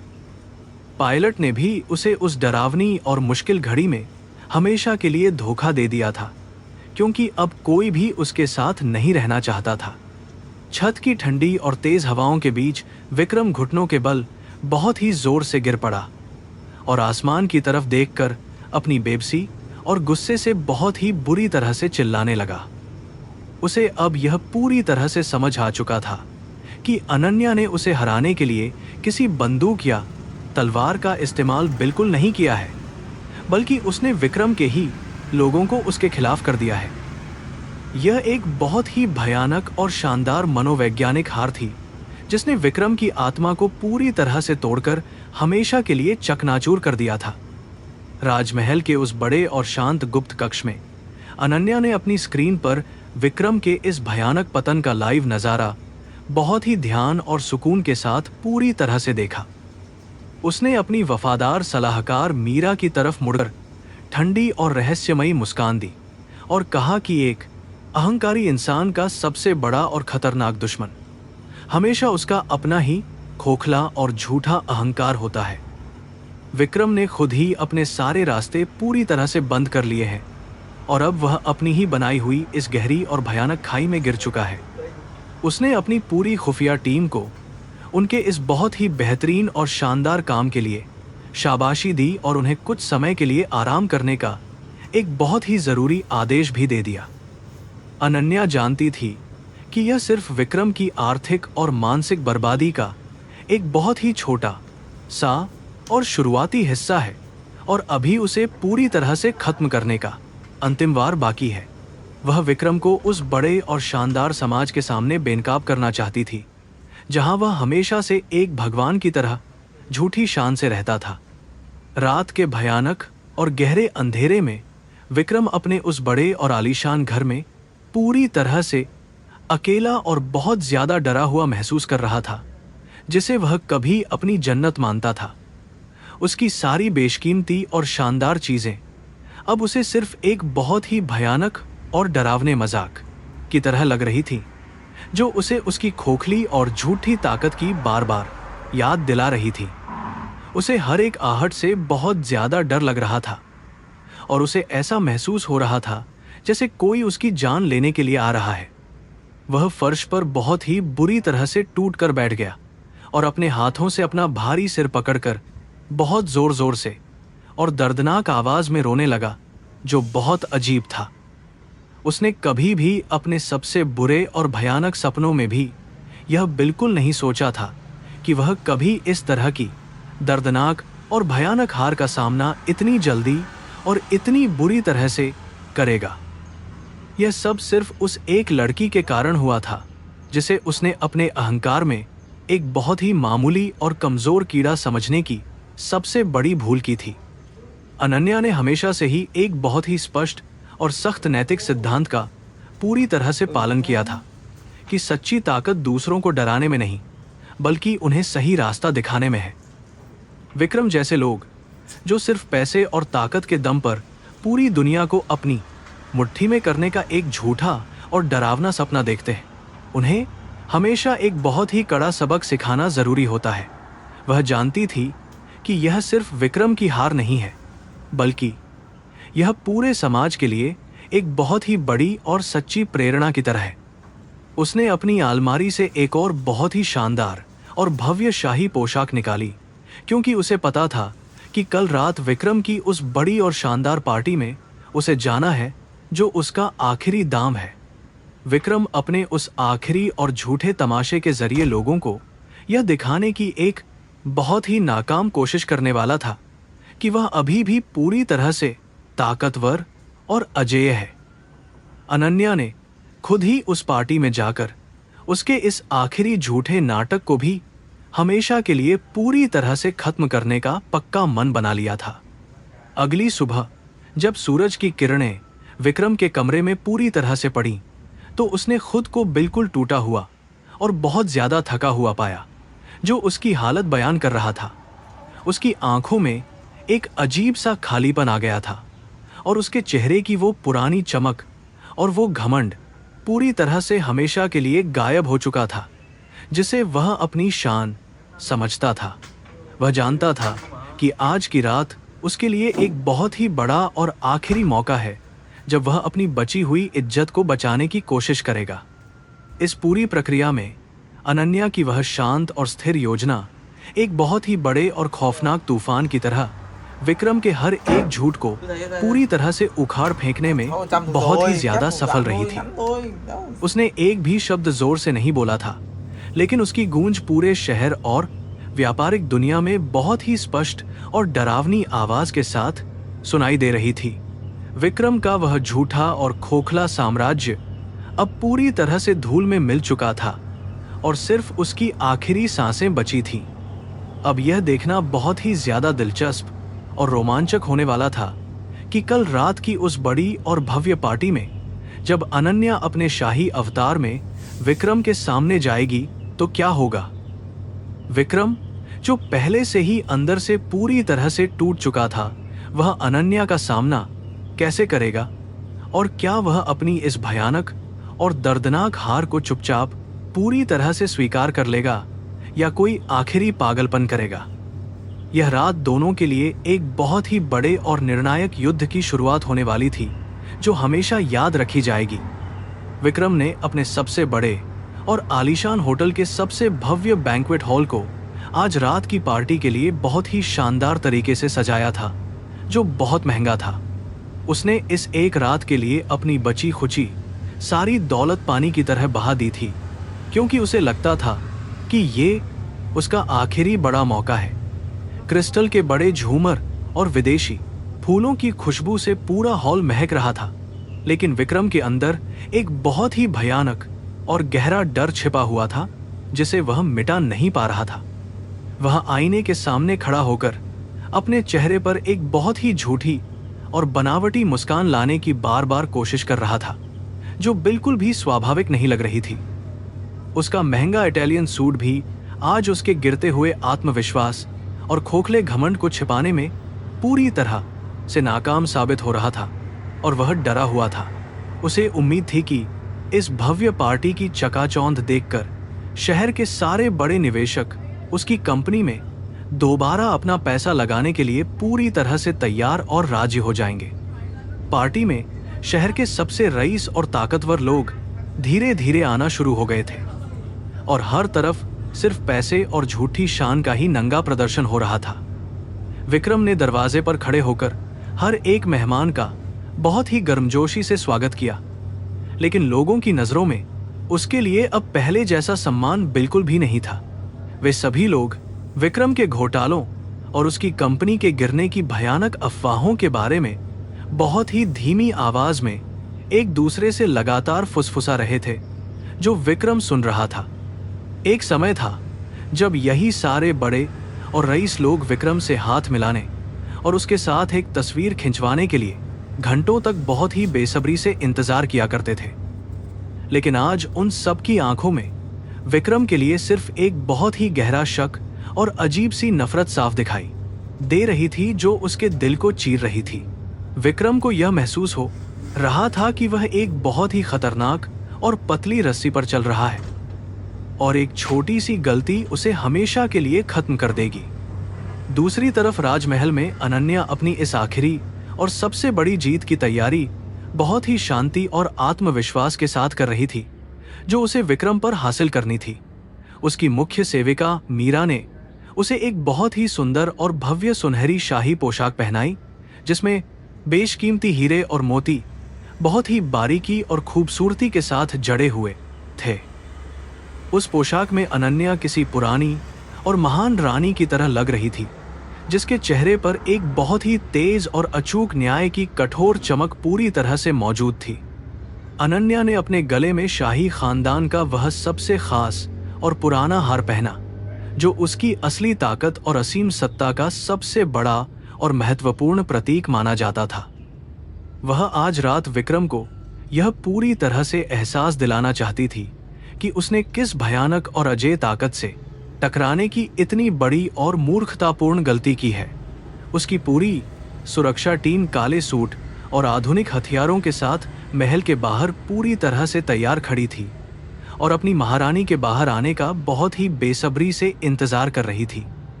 जैसे ही अनन्या महल की सीढ़ियों से नीचे उतरी, तो वहां मौजूद हर एक सुरक्षा गार्ड और सेवक ने बहुत ही सम्मान और आदर के साथ अपना सिर नीचे झुका लिया।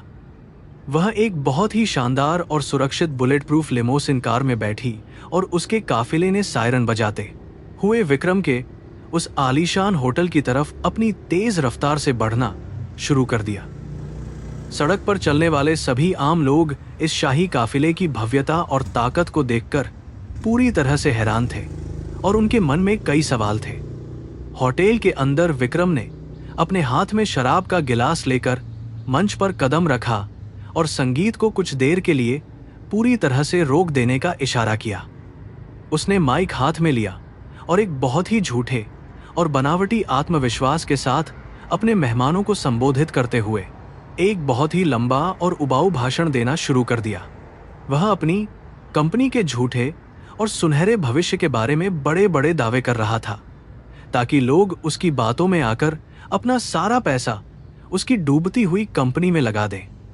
विक्रम ने जोर से चिल्लाते हुए कहा कि मेरी कंपनी आज भी इस देश की सबसे बड़ी और अजेय ताकत है, जिसे कोई भी छोटी मोटी अफवाह बिल्कुल भी गिरा नहीं सकती।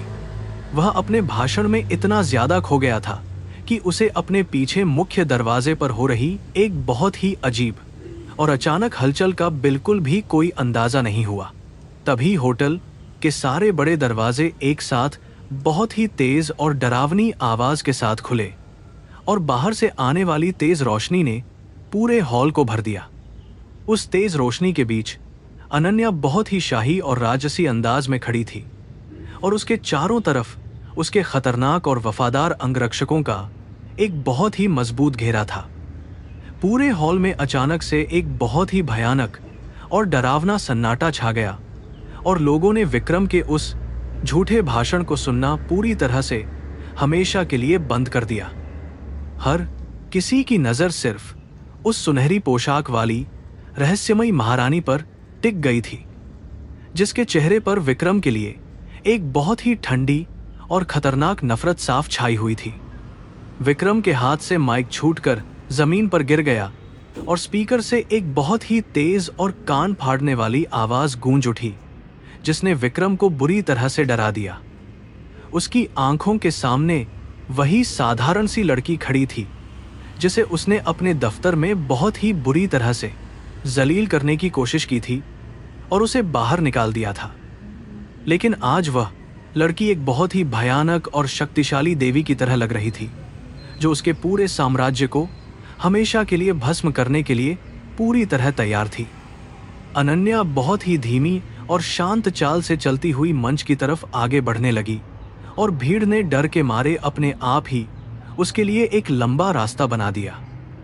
उसके चलने की आवाज उस शांत हॉल में मौत की दस्तक की तरह बहुत ही भयानक और डरावनी लग रही थी, जो विक्रम के दिल की धड़कनों को लगातार बहुत तेजी से बढ़ा रही थी। किसी में भी इतनी हिम्मत बिल्कुल भी नहीं थी कि वह अनन्या के सामने खड़ा होकर उसे आगे बढ़ने से रोकने की एक छोटी सी भी कोशिश करे।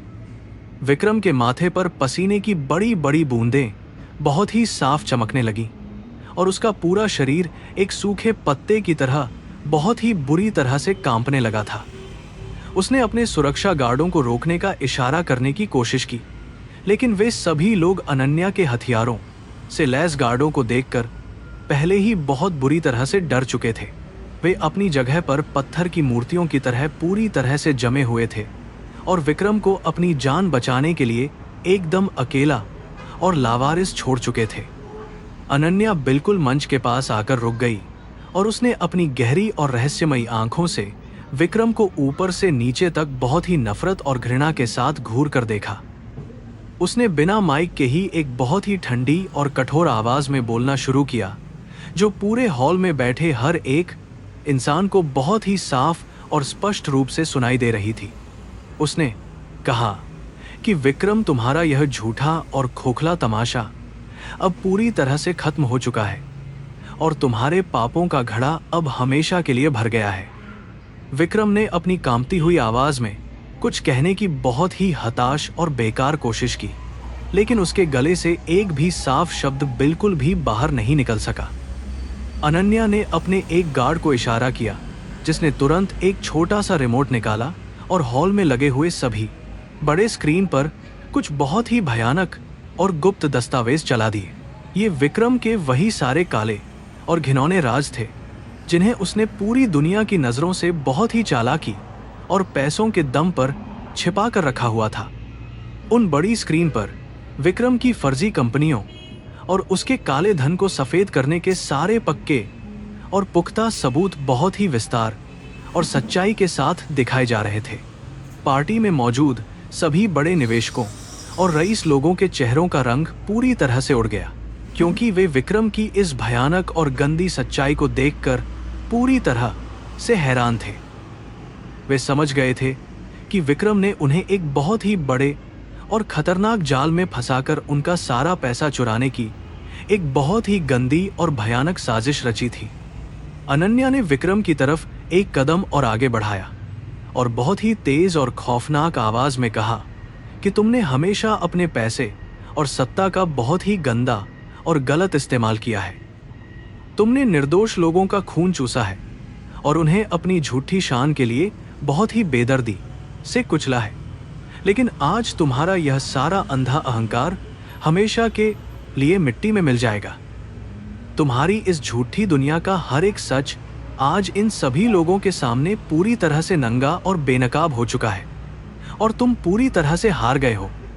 विक्रम का घमंड अभी भी उसे यह भयानक और कड़वी सच्चाई पूरी तरह से स्वीकार करने से रोक रहा था और वह गुस्से में एक पागल जानवर की तरह जोर से फुफकारने लगा। उसने चीखते हुए कहा कि यह सब कुछ एक बहुत ही बड़ा और गंदा झूठ है और यह औरत मेरे खिलाफ एक बहुत ही भयानक और गहरी साजिश बहुत ही चालाकी से रच रही है। उसने लोगों से विनती की कि वे उस पर एक बार फिर से भरोसा करें, लेकिन किसी ने भी उसकी इस झूठी और बेबस पुकार पर बिल्कुल भी ध्यान नहीं दिया। पार्टी में आए हुए सभी बड़े और खास मेहमानों ने एक एक करके बहुत ही नफरत और गुस्से के साथ विक्रम की तरफ देखा और अपने अपने रास्ते वापस जाना शुरू कर दिया। वे विक्रम के उस गंदे और खोखले साए से भी अब बहुत दूर भागना चाहते थे, क्योंकि उसका नाम अब सिर्फ और सिर्फ बर्बादी और पुलिस के डंडों का दूसरा नाम बन चुका था। विक्रम मंच पर खड़ा होकर उन्हें रोकने के लिए अपने हाथ पैर मार रहा था, लेकिन उसका यह सारा बेबस तमाशा अब पूरी तरह से बेकार और बहुत ही हास्यास्पद लग रहा था। हॉल अब लगभग पूरी तरह से खाली हो चुका था और सिर्फ विक्रम और अनन्या की शाही टीम ही वहां पर पूरी तरह से एक दूसरे के सामने डटकर खड़ी हुई थी।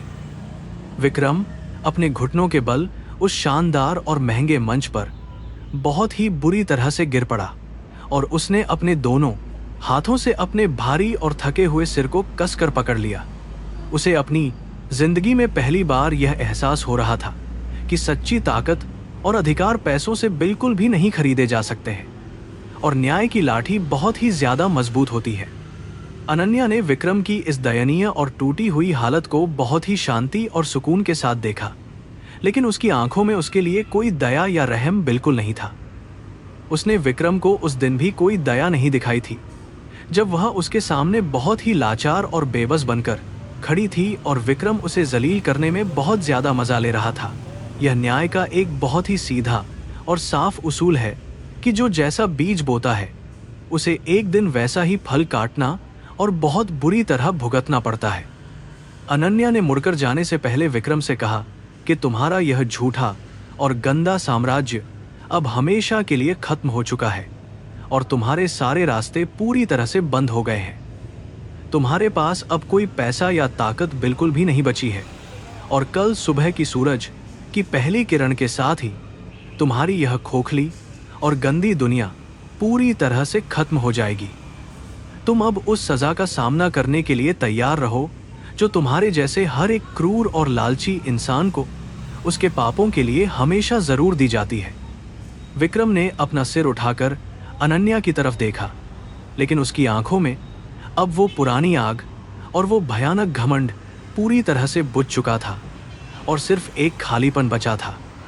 वह एक जिंदा लाश की तरह उस खाली और शांत हॉल में पड़ा हुआ था, जहां कुछ ही मिनटों पहले उसकी झूठी शान का एक बहुत बड़ा और शानदार तमाशा चल रहा था। उसे अपनी हर एक गलती और अपने हर एक अत्याचार का बहुत ही दर्दनाक और भयानक फल अब अपनी आंखों के सामने बहुत साफ और स्पष्ट रूप से नजर आ रहा था। अनन्या अपने गार्डों के साथ बहुत शाही और राजसी अंदाज में उस होटल से बाहर निकली और रात की उस ठंडी हवा में एक लंबी और गहरी सांस ली। उसने विक्रम के उस बहुत बड़े और भयानक अहंकार को पूरी तरह से कुचल दिया था, जिसने उसे बहुत ज्यादा अंधा और क्रूर राक्षस बना दिया था, और अब वह शांत थी।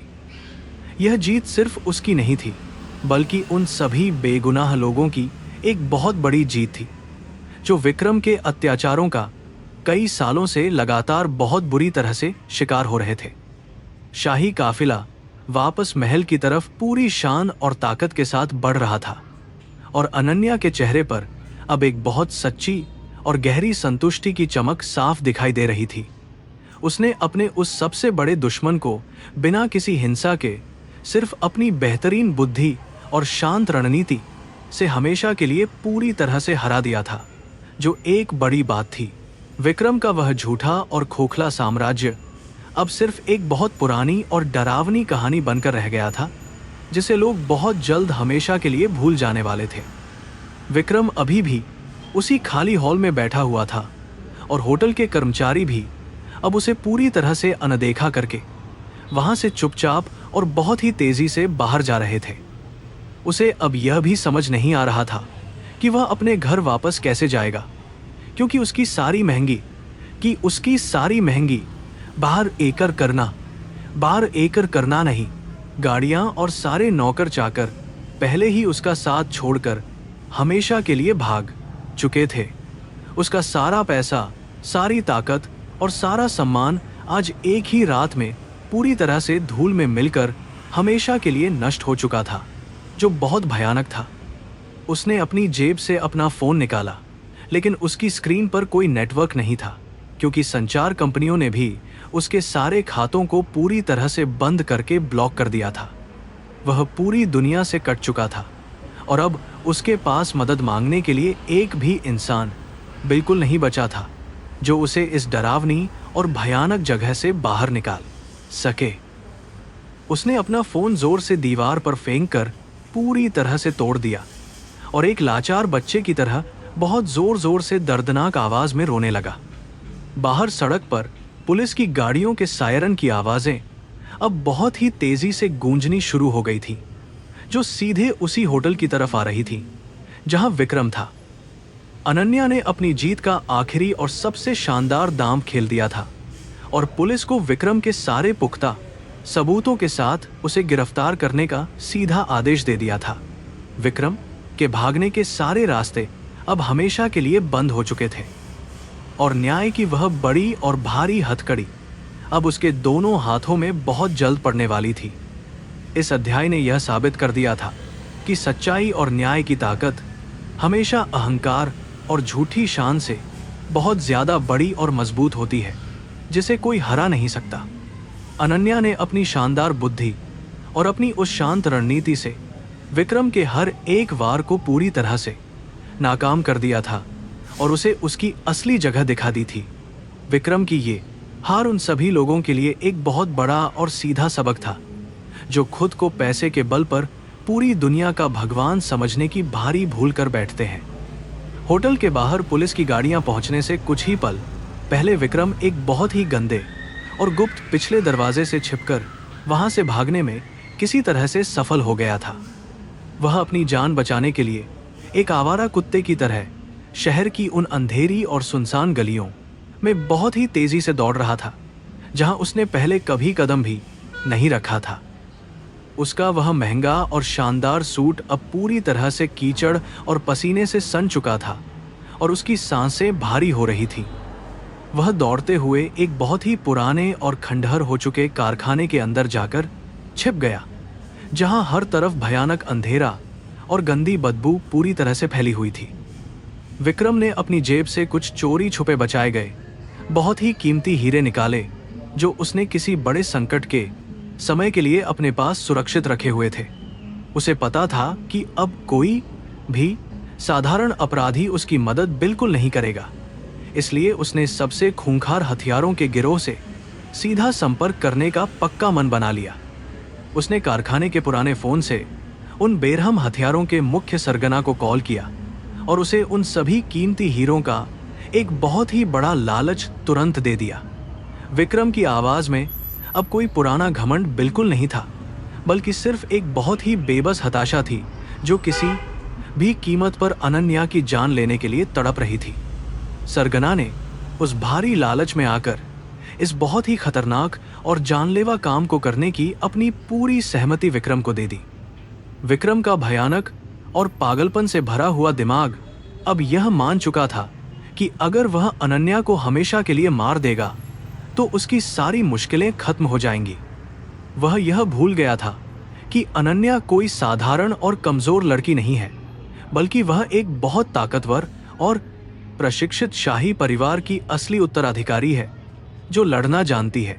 विक्रम उस अंधेरे और गंदे कारखाने में बैठकर अपनी इस आखिरी और नीच योजना के पूरा होने का बेसब्री से इंतजार करने लगा, जो डरावना था। दूसरी तरफ अगली सुबह राजमहल में बहुत ही शांति और एक अजीब सी खामोशी छाई हुई थी, लेकिन अनन्या की पूरी सुरक्षा टीम एक बड़े मिशन के लिए तैयार खड़ी थी। अनन्या को आज सर्वोच्च न्यायालय में जाकर विक्रम के खिलाफ वे सारे पक्के सबूत सीधे मुख्य न्यायाधीश के हाथों में बहुत सुरक्षित और सही तरीके से सौंपने का काम पूरा करना था। उसे विक्रम की गंदी और खूनी सोच का पहले से ही पूरा अंदाजा था, इसलिए उसने अपने शाही काफिले की सुरक्षा को और कड़ा कर दिया था।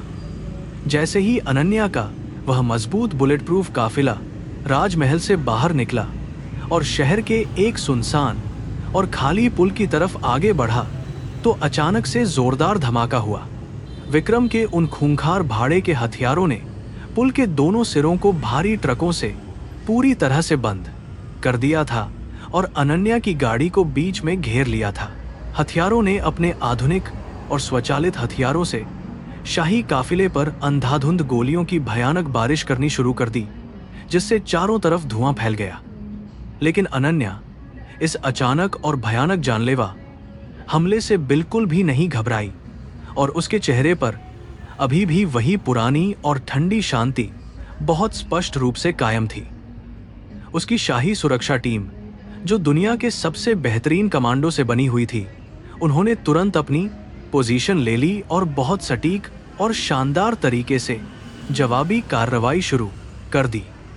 हथियारों को इस बात का बिल्कुल भी अंदाजा नहीं था कि वे एक मजबूत और अजेय लोहे की दीवार से टकराने की भारी भूल कर रहे हैं। गोलियों की उस भयानक और कान फाड़ देने वाली आवाज के बीच अनन्या ने अपनी गाड़ी का दरवाजा बहुत फुर्ती से खोला और खुद भी इस सीधे युद्ध में शामिल हो गई। उसने अपने राजसी गाउन के नीचे एक बहुत हल्का लेकिन बेहद मजबूत बुलेट प्रूफ जैकेट पहना हुआ था और उसके हाथों में दो आधुनिक और खतरनाक पिस्तौलें पूरी तरह से चमक रही थीं। उसकी आंखों में एक तेज शिकारी की चमक थी और उसने पलक झपकते ही सामने से आ रहे दो हथियारों को सटीक निशाना लगाकर ढेर कर दिया। अनन्या की यह बेहतरीन युद्ध कला देखकर विक्रम के वे सारे खूंखार हथियारे पूरी तरह से डर गए, क्योंकि उन्होंने उसे सिर्फ एक नाजुक महिला समझने की बहुत बड़ी गलती की थी। शाही गार्डों ने बहुत तेजी से और बेहतरीन रणनीति के साथ हथियारों के उस पूरे समूह को चारों तरफ से घेर लिया और उनके सारे हथियारों को पूरी तरह नष्ट कर दिया। कुछ ही मिनटों के इस भयानक और छोटे से युद्ध में विक्रम की वह आखिरी और नीच योजना भी बहुत ही बुरी तरह से हमेशा के लिए विफल हो गई। हथियारों के खूंखार सरगना को जिंदा पकड़ लिया गया और उसे घुटनों के बल अनन्या के सामने बहुत बेबसी और डरी हुई हालत में लाकर पूरी तरह से झुका दिया गया। अनन्या ने अपनी पिस्तौल को शान से अपनी बेल्ट में वापस रखा और उस डरे हुए सरगना की तरफ एक ठंडी और रहस्यमयी मुस्कान के साथ देखा जिसने गद्दारी की थी। उसने अपने मुख्य सुरक्षा अधिकारी को सख्त आदेश दिया कि इन सभी अपराधियों को तुरंत पुलिस के हवाले कर दिया जाए ताकि ये विक्रम के खिलाफ पक्की गवाही दे। काफिले का रास्ता तुरंत साफ किया गया और अनन्या की कार फिर से अपनी तेज रफ्तार और शाही शान के साथ सर्वोच्च न्यायालय की शानदार इमारत की तरफ बहुत तेजी से बढ़ चली। वहां पहुंचकर उसने बहुत ही आत्मविश्वास और सत्ता के साथ अदालत के मुख्य कमरे में प्रवेश किया, जहां सभी बड़े न्यायाधीश उसकी इस महत्वपूर्ण गवाही का बेसब्री से इंतजार कर रहे थे। अनन्या ने विक्रम के उन सभी काले और घिनौने अपराधों की वह पूरी और आखिरी फाइल मुख्य न्यायाधीश के सामने बहुत सम्मान के साथ रख दी। उन पक्के और भयानक सबूतों को देखने के बाद अदालत में एक बहुत ही गहरा और डरावना सन्नाटा छा गया, क्योंकि विक्रम के अपराध इंसानियत की सारी हदों को पार कर चुके थे। मुख्य न्यायाधीश ने तुरंत एक बहुत कड़ा और ऐतिहासिक फैसला सुनाते हुए सरकार को विक्रम की देश और विदेश में मौजूद सारी संपत्तियों को पूरी तरह जब्त करने का सख्त आदेश दे दिया। इसके साथ ही विक्रम को देखते ही गोली मारने या उसे जिंदा पकड़ने का एक बहुत बड़ा और उच्च स्तरीय वारंट भी पूरी तरह से जारी कर दिया गया। यह खबर पूरे देश में एक तेज और भयानक आग की तरह फैल गई और मीडिया ने विक्रम को सदी का सबसे बड़ा अपराधी घोषित कर दिया, जिसने सबको बहुत धोखा दिया था। विक्रम, जो उस अंधेरे कारखाने में छिपा हुआ अपनी जीत का झूठा और खोखला सपना देख रहा था, उसके पास एक पुराने रेडियो के जरिए यह डरावनी खबर पूरी तरह से पहुंच गई। उसके हाथ से वह रेडियो छूटकर जमीन पर गिर गया और उसकी आंखों के सामने सिर्फ एक गहरा और भयानक अंधेरा छाने लगा, जो उसका अंत था। उसका सारा घमंड और वह अंधा अहंकार अब पूरी तरह से टूटकर धूल में मिल चुका था और उसे अपनी मौत बहुत करीब और साफ नजर आ रही थी, जो डरावनी थी। वह उस गंदी जमीन पर घुटनों के बल बुरी तरह से गिर पड़ा और अपने बालों को नोचते हुए एक पागल इंसान की तरह बहुत जोर जोर से और दर्दनाक आवाज में चीखने लगा। उसने अपनी जिंदगी की सबसे बड़ी गलती अनन्या को एक साधारण लड़की समझने की थी, जिसकी कीमत अब वह अपनी पूरी जिंदगी देकर चुकाने वाला था। अनन्या अदालत से बाहर निकली तो हजारों लोगों की भीड़ ने उसका बहुत ही शानदार स्वागत किया और उसके नाम के बहुत जोर शोर से नारे लगाने शुरू कर दिए, जो गूंज रहे थे। वह अब पूरे देश के लिए न्याय और बहादुरी की एक बहुत बड़ी और महान मिसाल बन चुकी थी, जिसने अकेले दम पर विक्रम जैसे भयानक राक्षस को हमेशा के लिए खत्म कर दिया था। अनन्या के चेहरे पर कोई झूठा घमंड नहीं था, बल्कि एक बहुत ही गहरी और शांत संतुष्टि थी कि उसने अपना असली कर्तव्य निभाया है। उसकी खुफिया टीम ने बहुत तेजी से विक्रम के उस गंदे और गुप्त ठिकाने का पता लगा लिया था और इसकी सूचना तुरंत पुलिस और विशेष कमांडो बल को पूरी तरह दे दी थी। सैकड़ों हथियारों से लैस पुलिस वालों ने उस पुराने और खंडहर कारखाने को चारों तरफ से बहुत मजबूती और कड़ाई के साथ घेर लिया और विक्रम के भागने के सारे रास्ते बंद कर दिए। आसमान में पुलिस के हेलीकॉप्टर बहुत तेज और डरावनी आवाज के साथ मंडरा रहे थे, जो विक्रम के बचे हुए झूठे हौसले को पूरी तरह से तोड़ रहे थे। पुलिस के एक बड़े अधिकारी ने लाउड स्पीकर पर बहुत सख्त और कड़क आवाज में विक्रम को अपनी हार मानकर चुपचाप बाहर आने की आखिरी चेतावनी दी, जो कारखाने में बहुत जोर से गूंज उठी। विक्रम के अंदर अब एक छोटा सा कदम भी चलने की कोई हिम्मत या ताकत बिल्कुल नहीं बची थी और वह बुरी तरह से कांपते हुए उस अंधेरे कोने में दुबक कर रो रहा था। विशेष पुलिस बल के जवान कारखाने के दरवाजे को जोरदार धमाके के साथ तोड़कर अंदर घुसे और अपनी बंदूकें उस डरे हुए विक्रम पर तान दी। उन्होंने विक्रम को बहुत बेदर्दी से कॉलर से पकड़ा और उसे उस गंदी और बदबूदार कीचड़ से घसीटते हुए कारखाने के बाहर खुली रोशनी में लाकर पूरी दुनिया के सामने बेइज्जत करके खड़ा कर दिया।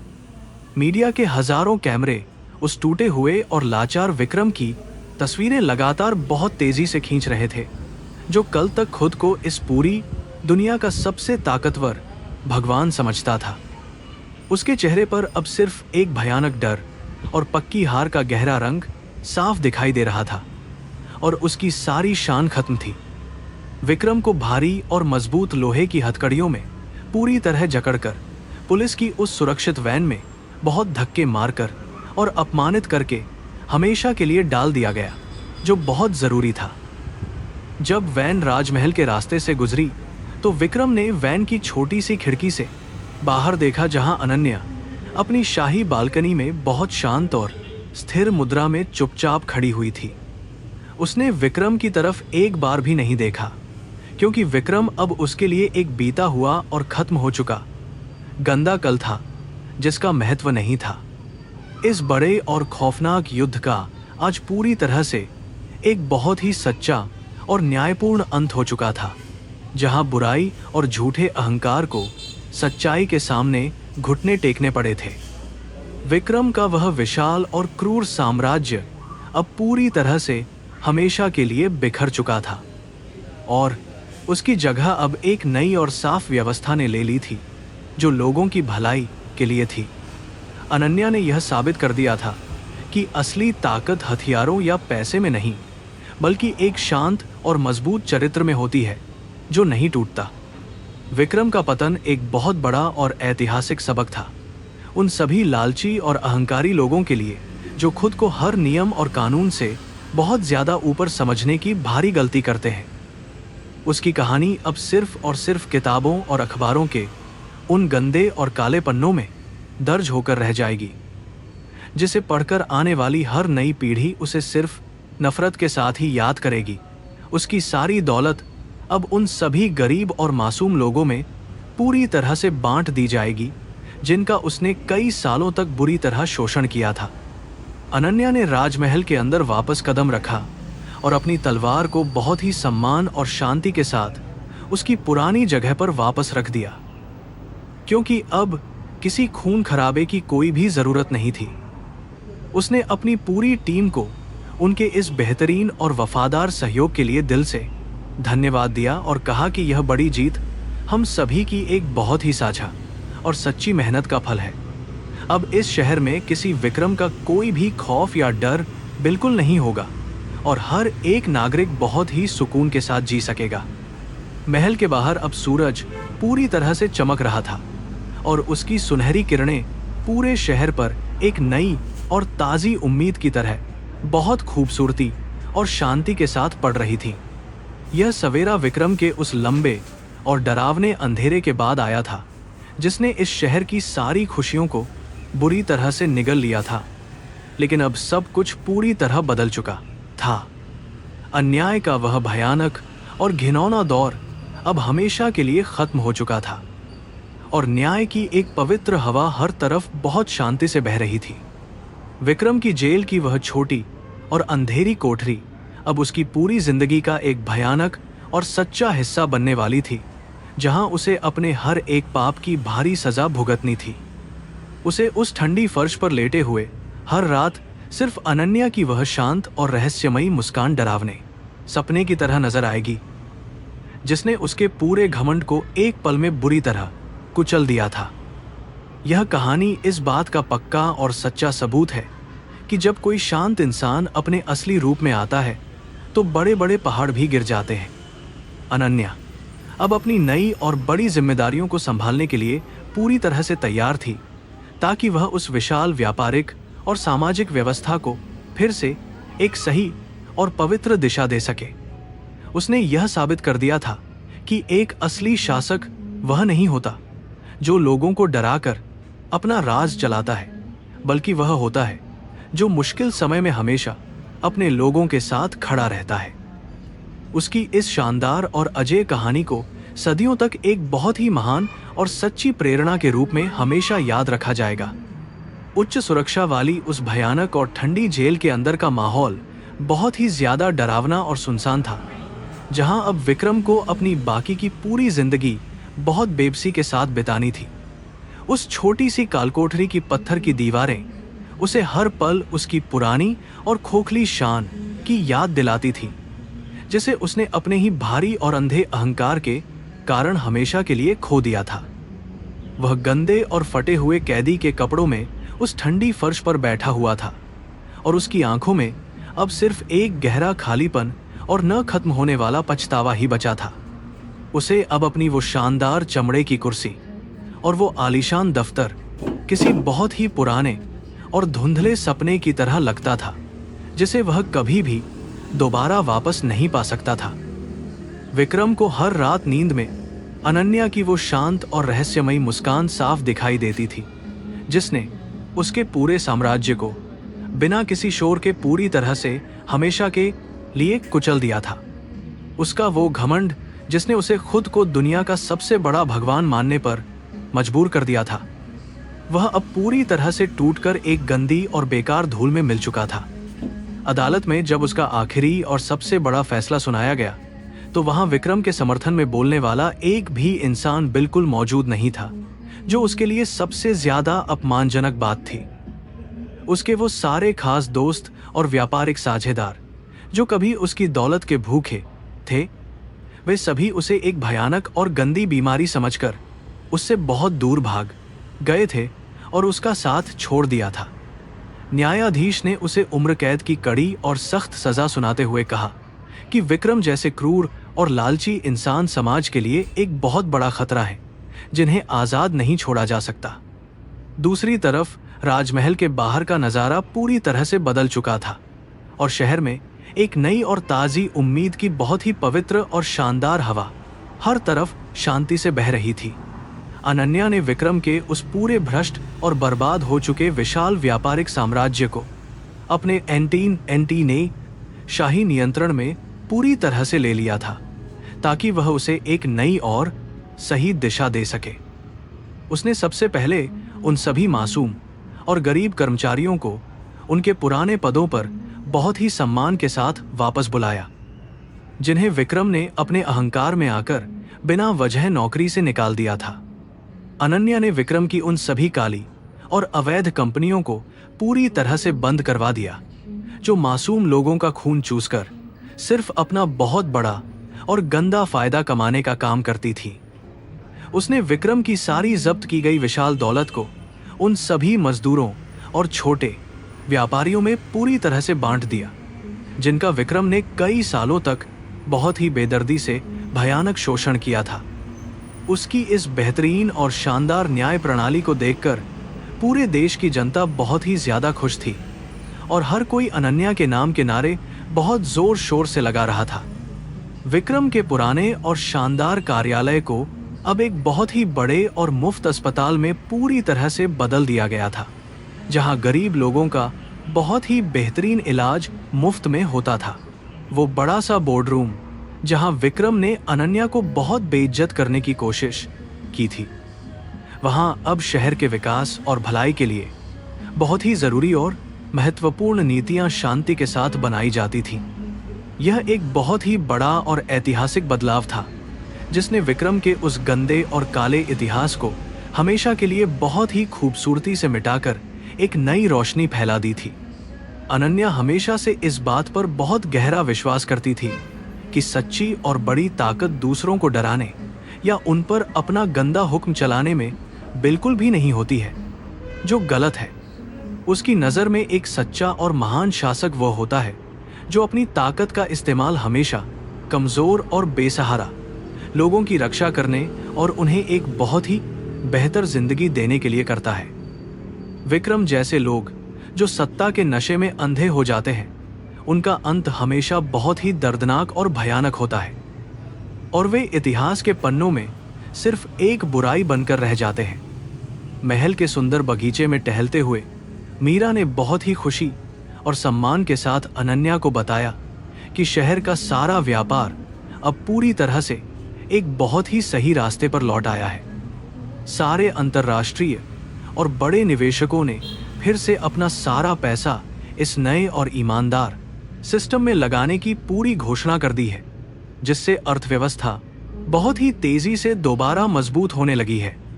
अनन्या ने खिले हुए फूलों को देखकर एक बहुत ही ठंडी और सुकून भरी मुस्कान दी और कहा कि जब नीयत साफ होती है तो पूरी कायनात आपकी हर संभव मदद जरूर करती है।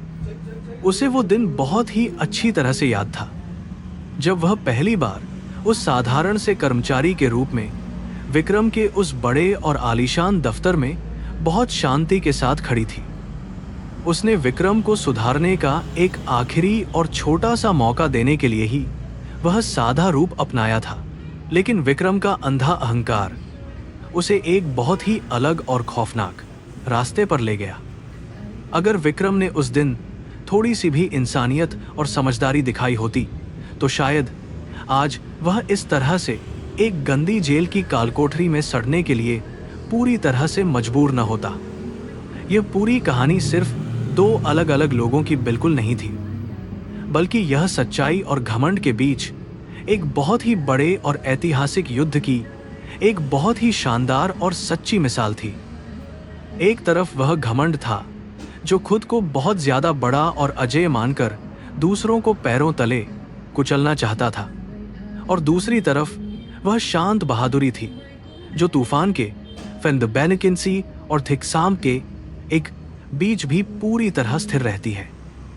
अनन्या ने अपनी उस शांति और बेहतरीन रणनीतिक बुद्धि से यह साबित कर दिया था कि क्रोध और अहंकार हमेशा इंसान को अंदर से बहुत बुरी तरह खोखला और बर्बाद कर देते हैं। जेल में विक्रम अब पूरी तरह से एक मानसिक और शारीरिक रूप से बीमार इंसान बन चुका था, जो दिन रात सिर्फ अपने आप से बहुत ही अजीब और डरावनी बातें लगातार करता रहता था। उसे अपनी कालकोठरी के बाहर से आने वाली हर एक छोटी सी आवाज भी किसी बहुत बड़े और भयानक खतरे की तरह महसूस होती थी, और वह डर कर कोने में बहुत बुरी तरह छिप जाता था। उसने अपने पूरे जीवन में जिन भी निर्दोष लोगों को बहुत ज्यादा दर्द दिया था, उन सभी के डरावने चेहरे उसे अब हर पल दिखाई देते थे, जो उसे बिल्कुल चैन से सोने नहीं देते थे। दूसरी तरफ अनन्या की इस बहुत ही बड़ी और शानदार जीत की गूंज सिर्फ उसके अपने शहर तक ही सीमित नहीं रही, बल्कि पूरी दुनिया में उसकी बहादुरी के किस्से बहुत जोर शोर से सुनाए जाने लगे। दुनिया के कई बड़े और ताकतवर देशों के नेताओं ने अनन्या की इस बेहतरीन न्याय व्यवस्था और उसकी मजबूत रणनीति की बहुत खुलकर और दिल से तारीफ की और उसे एक बड़ा आदर्श माना। उसने पूरी दुनिया को यह बहुत ही साफ और स्पष्ट संदेश दे दिया था कि भ्रष्टाचार और गुंडागर्दी के खिलाफ अगर कोई मजबूती से खड़ा हो जाए तो जीत हमेशा सच्चाई की ही होती है। वह शाही हेलीकॉप्टर जिसने विक्रम की उस बहुत बड़ी और शानदार इमारत की छत पर उतरकर इस पूरे भयानक युद्ध की एक बहुत ही जोरदार शुरुआत की थी, वह अब महल के बाहर शांति से खड़ा था। अब वह हेलीकॉप्टर किसी को डराने या अपनी झूठी ताकत का प्रदर्शन करने के लिए बिल्कुल नहीं, बल्कि जरूरतमंद लोगों तक बहुत तेजी से चिकित्सा और जरूरी राहत सामग्री पहुंचाने के लिए मुख्य रूप से इस्तेमाल होता था। यह इस बात का एक बहुत ही बड़ा और सुंदर प्रतीक था कि ताकत का रूप इस बात पर निर्भर करता है कि उसे इस्तेमाल करने वाले इंसान की असली नीयत कैसी है। समाज में अब एक बहुत ही बड़ा और गहरा बदलाव आ चुका था, जहां कोई भी बड़ा या अमीर इंसान किसी भी गरीब को बेवजह सताने या उसे डराने की बिल्कुल भी कोई हिम्मत नहीं कर सकता था। विक्रम का वह भयानक और खौफनाक अंत सबके सामने एक बहुत ही बड़े और साफ उदाहरण की तरह मौजूद था, जो हर अहंकारी को यह कड़ा सबक सिखाता था कि कानून से ऊपर कोई नहीं हो सकता है। लोगों के दिलों में अब पुलिस और अदालत के लिए एक बहुत ही सच्चा सम्मान था, क्योंकि उन्हें पता था कि उनकी महारानी उनके हर अधिकार की रक्षा करने के लिए हमेशा मौजूद है। अनन्या रात के समय अपने महल की सबसे ऊंची और शांत बालकनी पर खड़ी होकर पूरे जगमगाते हुए शहर को बहुत ही प्यार और एक गहरी शांति के साथ बिना पलक झपकाए लगातार देख रही थी। उसे इस बात की बहुत ज्यादा खुशी थी कि उसने अपने पिता और अपने पूर्वजों के उस महान और पवित्र सपने को पूरी तरह से सच कर दिखाया है, जो एक न्यायपूर्ण समाज की स्थापना करना चाहते थे। यह सफर उसके लिए बिल्कुल भी आसान नहीं था, लेकिन उसकी उस अटूट हिम्मत और उसके शांत स्वभाव ने उसे हर एक मुश्किल और भयानक चुनौती से बहुत आसानी से पार लगा दिया था। इस पूरी कहानी का अंत सिर्फ एक बहुत ही अहंकारी विलेन की मौत या उसके बर्बाद होने तक ही बिल्कुल सीमित नहीं था, बल्कि यह एक नई और बहुत ही शानदार शुरुआत का एक बहुत बड़ा प्रतीक था। यह कहानी हमें यह बहुत ही महत्वपूर्ण बात सिखाती है कि चाहे सामने वाला दुश्मन कितना भी ज्यादा ताकतवर और अमीर क्यों ना हो, अगर आप सच्चाई के रास्ते पर हैं तो आप कभी भी नहीं हारेंगे। अनन्या की वह रहस्यमयी मुस्कान हमेशा के लिए एक बहुत ही बड़ी और अजेय ताकत बन गई, जो हर कमजोर इंसान को अपने हकों के लिए लड़ने की एक बहुत बड़ी प्रेरणा देती रहेगी। विक्रम के साम्राज्य का हर एक गंदा और काला निशान अब इस शहर से हमेशा के लिए पूरी तरह से मिटा दिया गया था और उसकी जगह पर बहुत सारे नए स्कूल और बड़े कॉलेज खोले गए थे।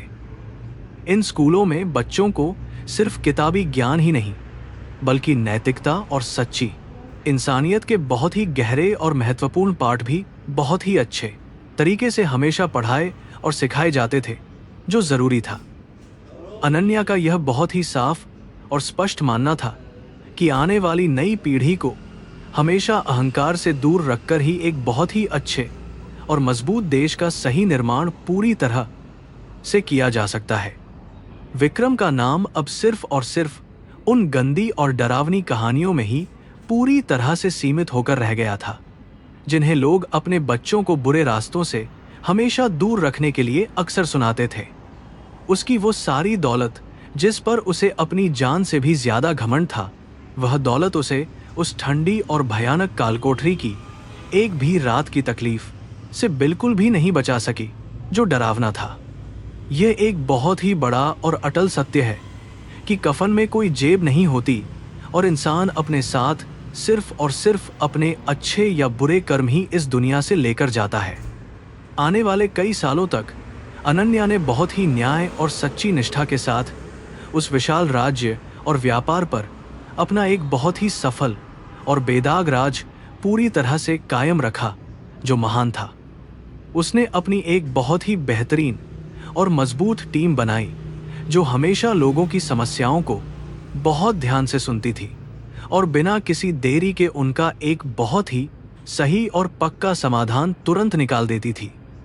उसने यह पूरी तरह से साबित कर दिया था कि एक असली शासक वह होता है जिसकी प्रजा उससे डरती नहीं है, बल्कि उसका दिल से बहुत ज्यादा आदर और सच्चा सम्मान हमेशा खुशी से करती है।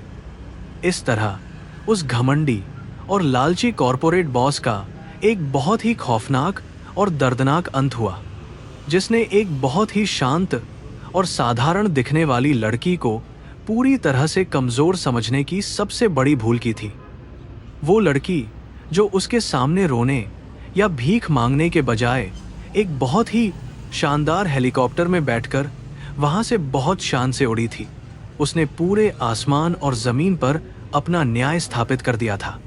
यह कहानी हमेशा इस बात की याद दिलाती रहेगी कि शांत पानी को कभी भी कमजोर नहीं समझना चाहिए, क्योंकि सुनामी हमेशा उसी शांत पानी के बहुत ही गहरे और निचले हिस्से से अचानक उठती है। राजमहल के उन पुराने और मजबूत ऐतिहासिक दरवाजों को अब आम जनता के लिए भी बहुत ही खुशी और आदर के साथ हमेशा के लिए पूरी तरह से खोल दिया गया था, जो पहले बंद रहते थे। अनन्या अक्सर महल के बाहर आकर आम लोगों के बीच बहुत ही सादगी और शांति के साथ बैठती थी और उनकी हर एक छोटी बड़ी समस्या को खुद अपने कानों से बहुत ही ध्यान से सुनती थी। वह अब सिर्फ एक बहुत बड़ी और ताकतवर महारानी ही बिल्कुल नहीं थी, बल्कि वह इस पूरे शहर और देश की सबसे बड़ी रक्षक और एक बहुत ही सच्ची और महान मार्गदर्शक पूरी तरह से बन चुकी थी। और इस तरह से न्याय और बहादुरी की यह बहुत ही शानदार और महान कहानी अपने एक बहुत ही सुकून भरे और पवित्र मुकाम पर हमेशा के लिए पूरी तरह से पहुंचकर पूरी हो गई, जो बेहतरीन था। विक्रम का वह झूठा और अंधा अहंकार हमेशा के लिए उस गंदी जेल की कालकोठरी में दफन हो गया और अनन्या की वह मजबूत और शांत सत्ता पूरे विश्व में एक बहुत ही बड़ी और अमर रोशनी बन गई। दुनिया ने यह बहुत ही अच्छी तरह से देख और समझ लिया था कि सच्चाई की ताकत के आगे बड़े से बड़े घमंड और लालच को एक ना एक दिन अपने घुटने टेकने ही पड़ते हैं।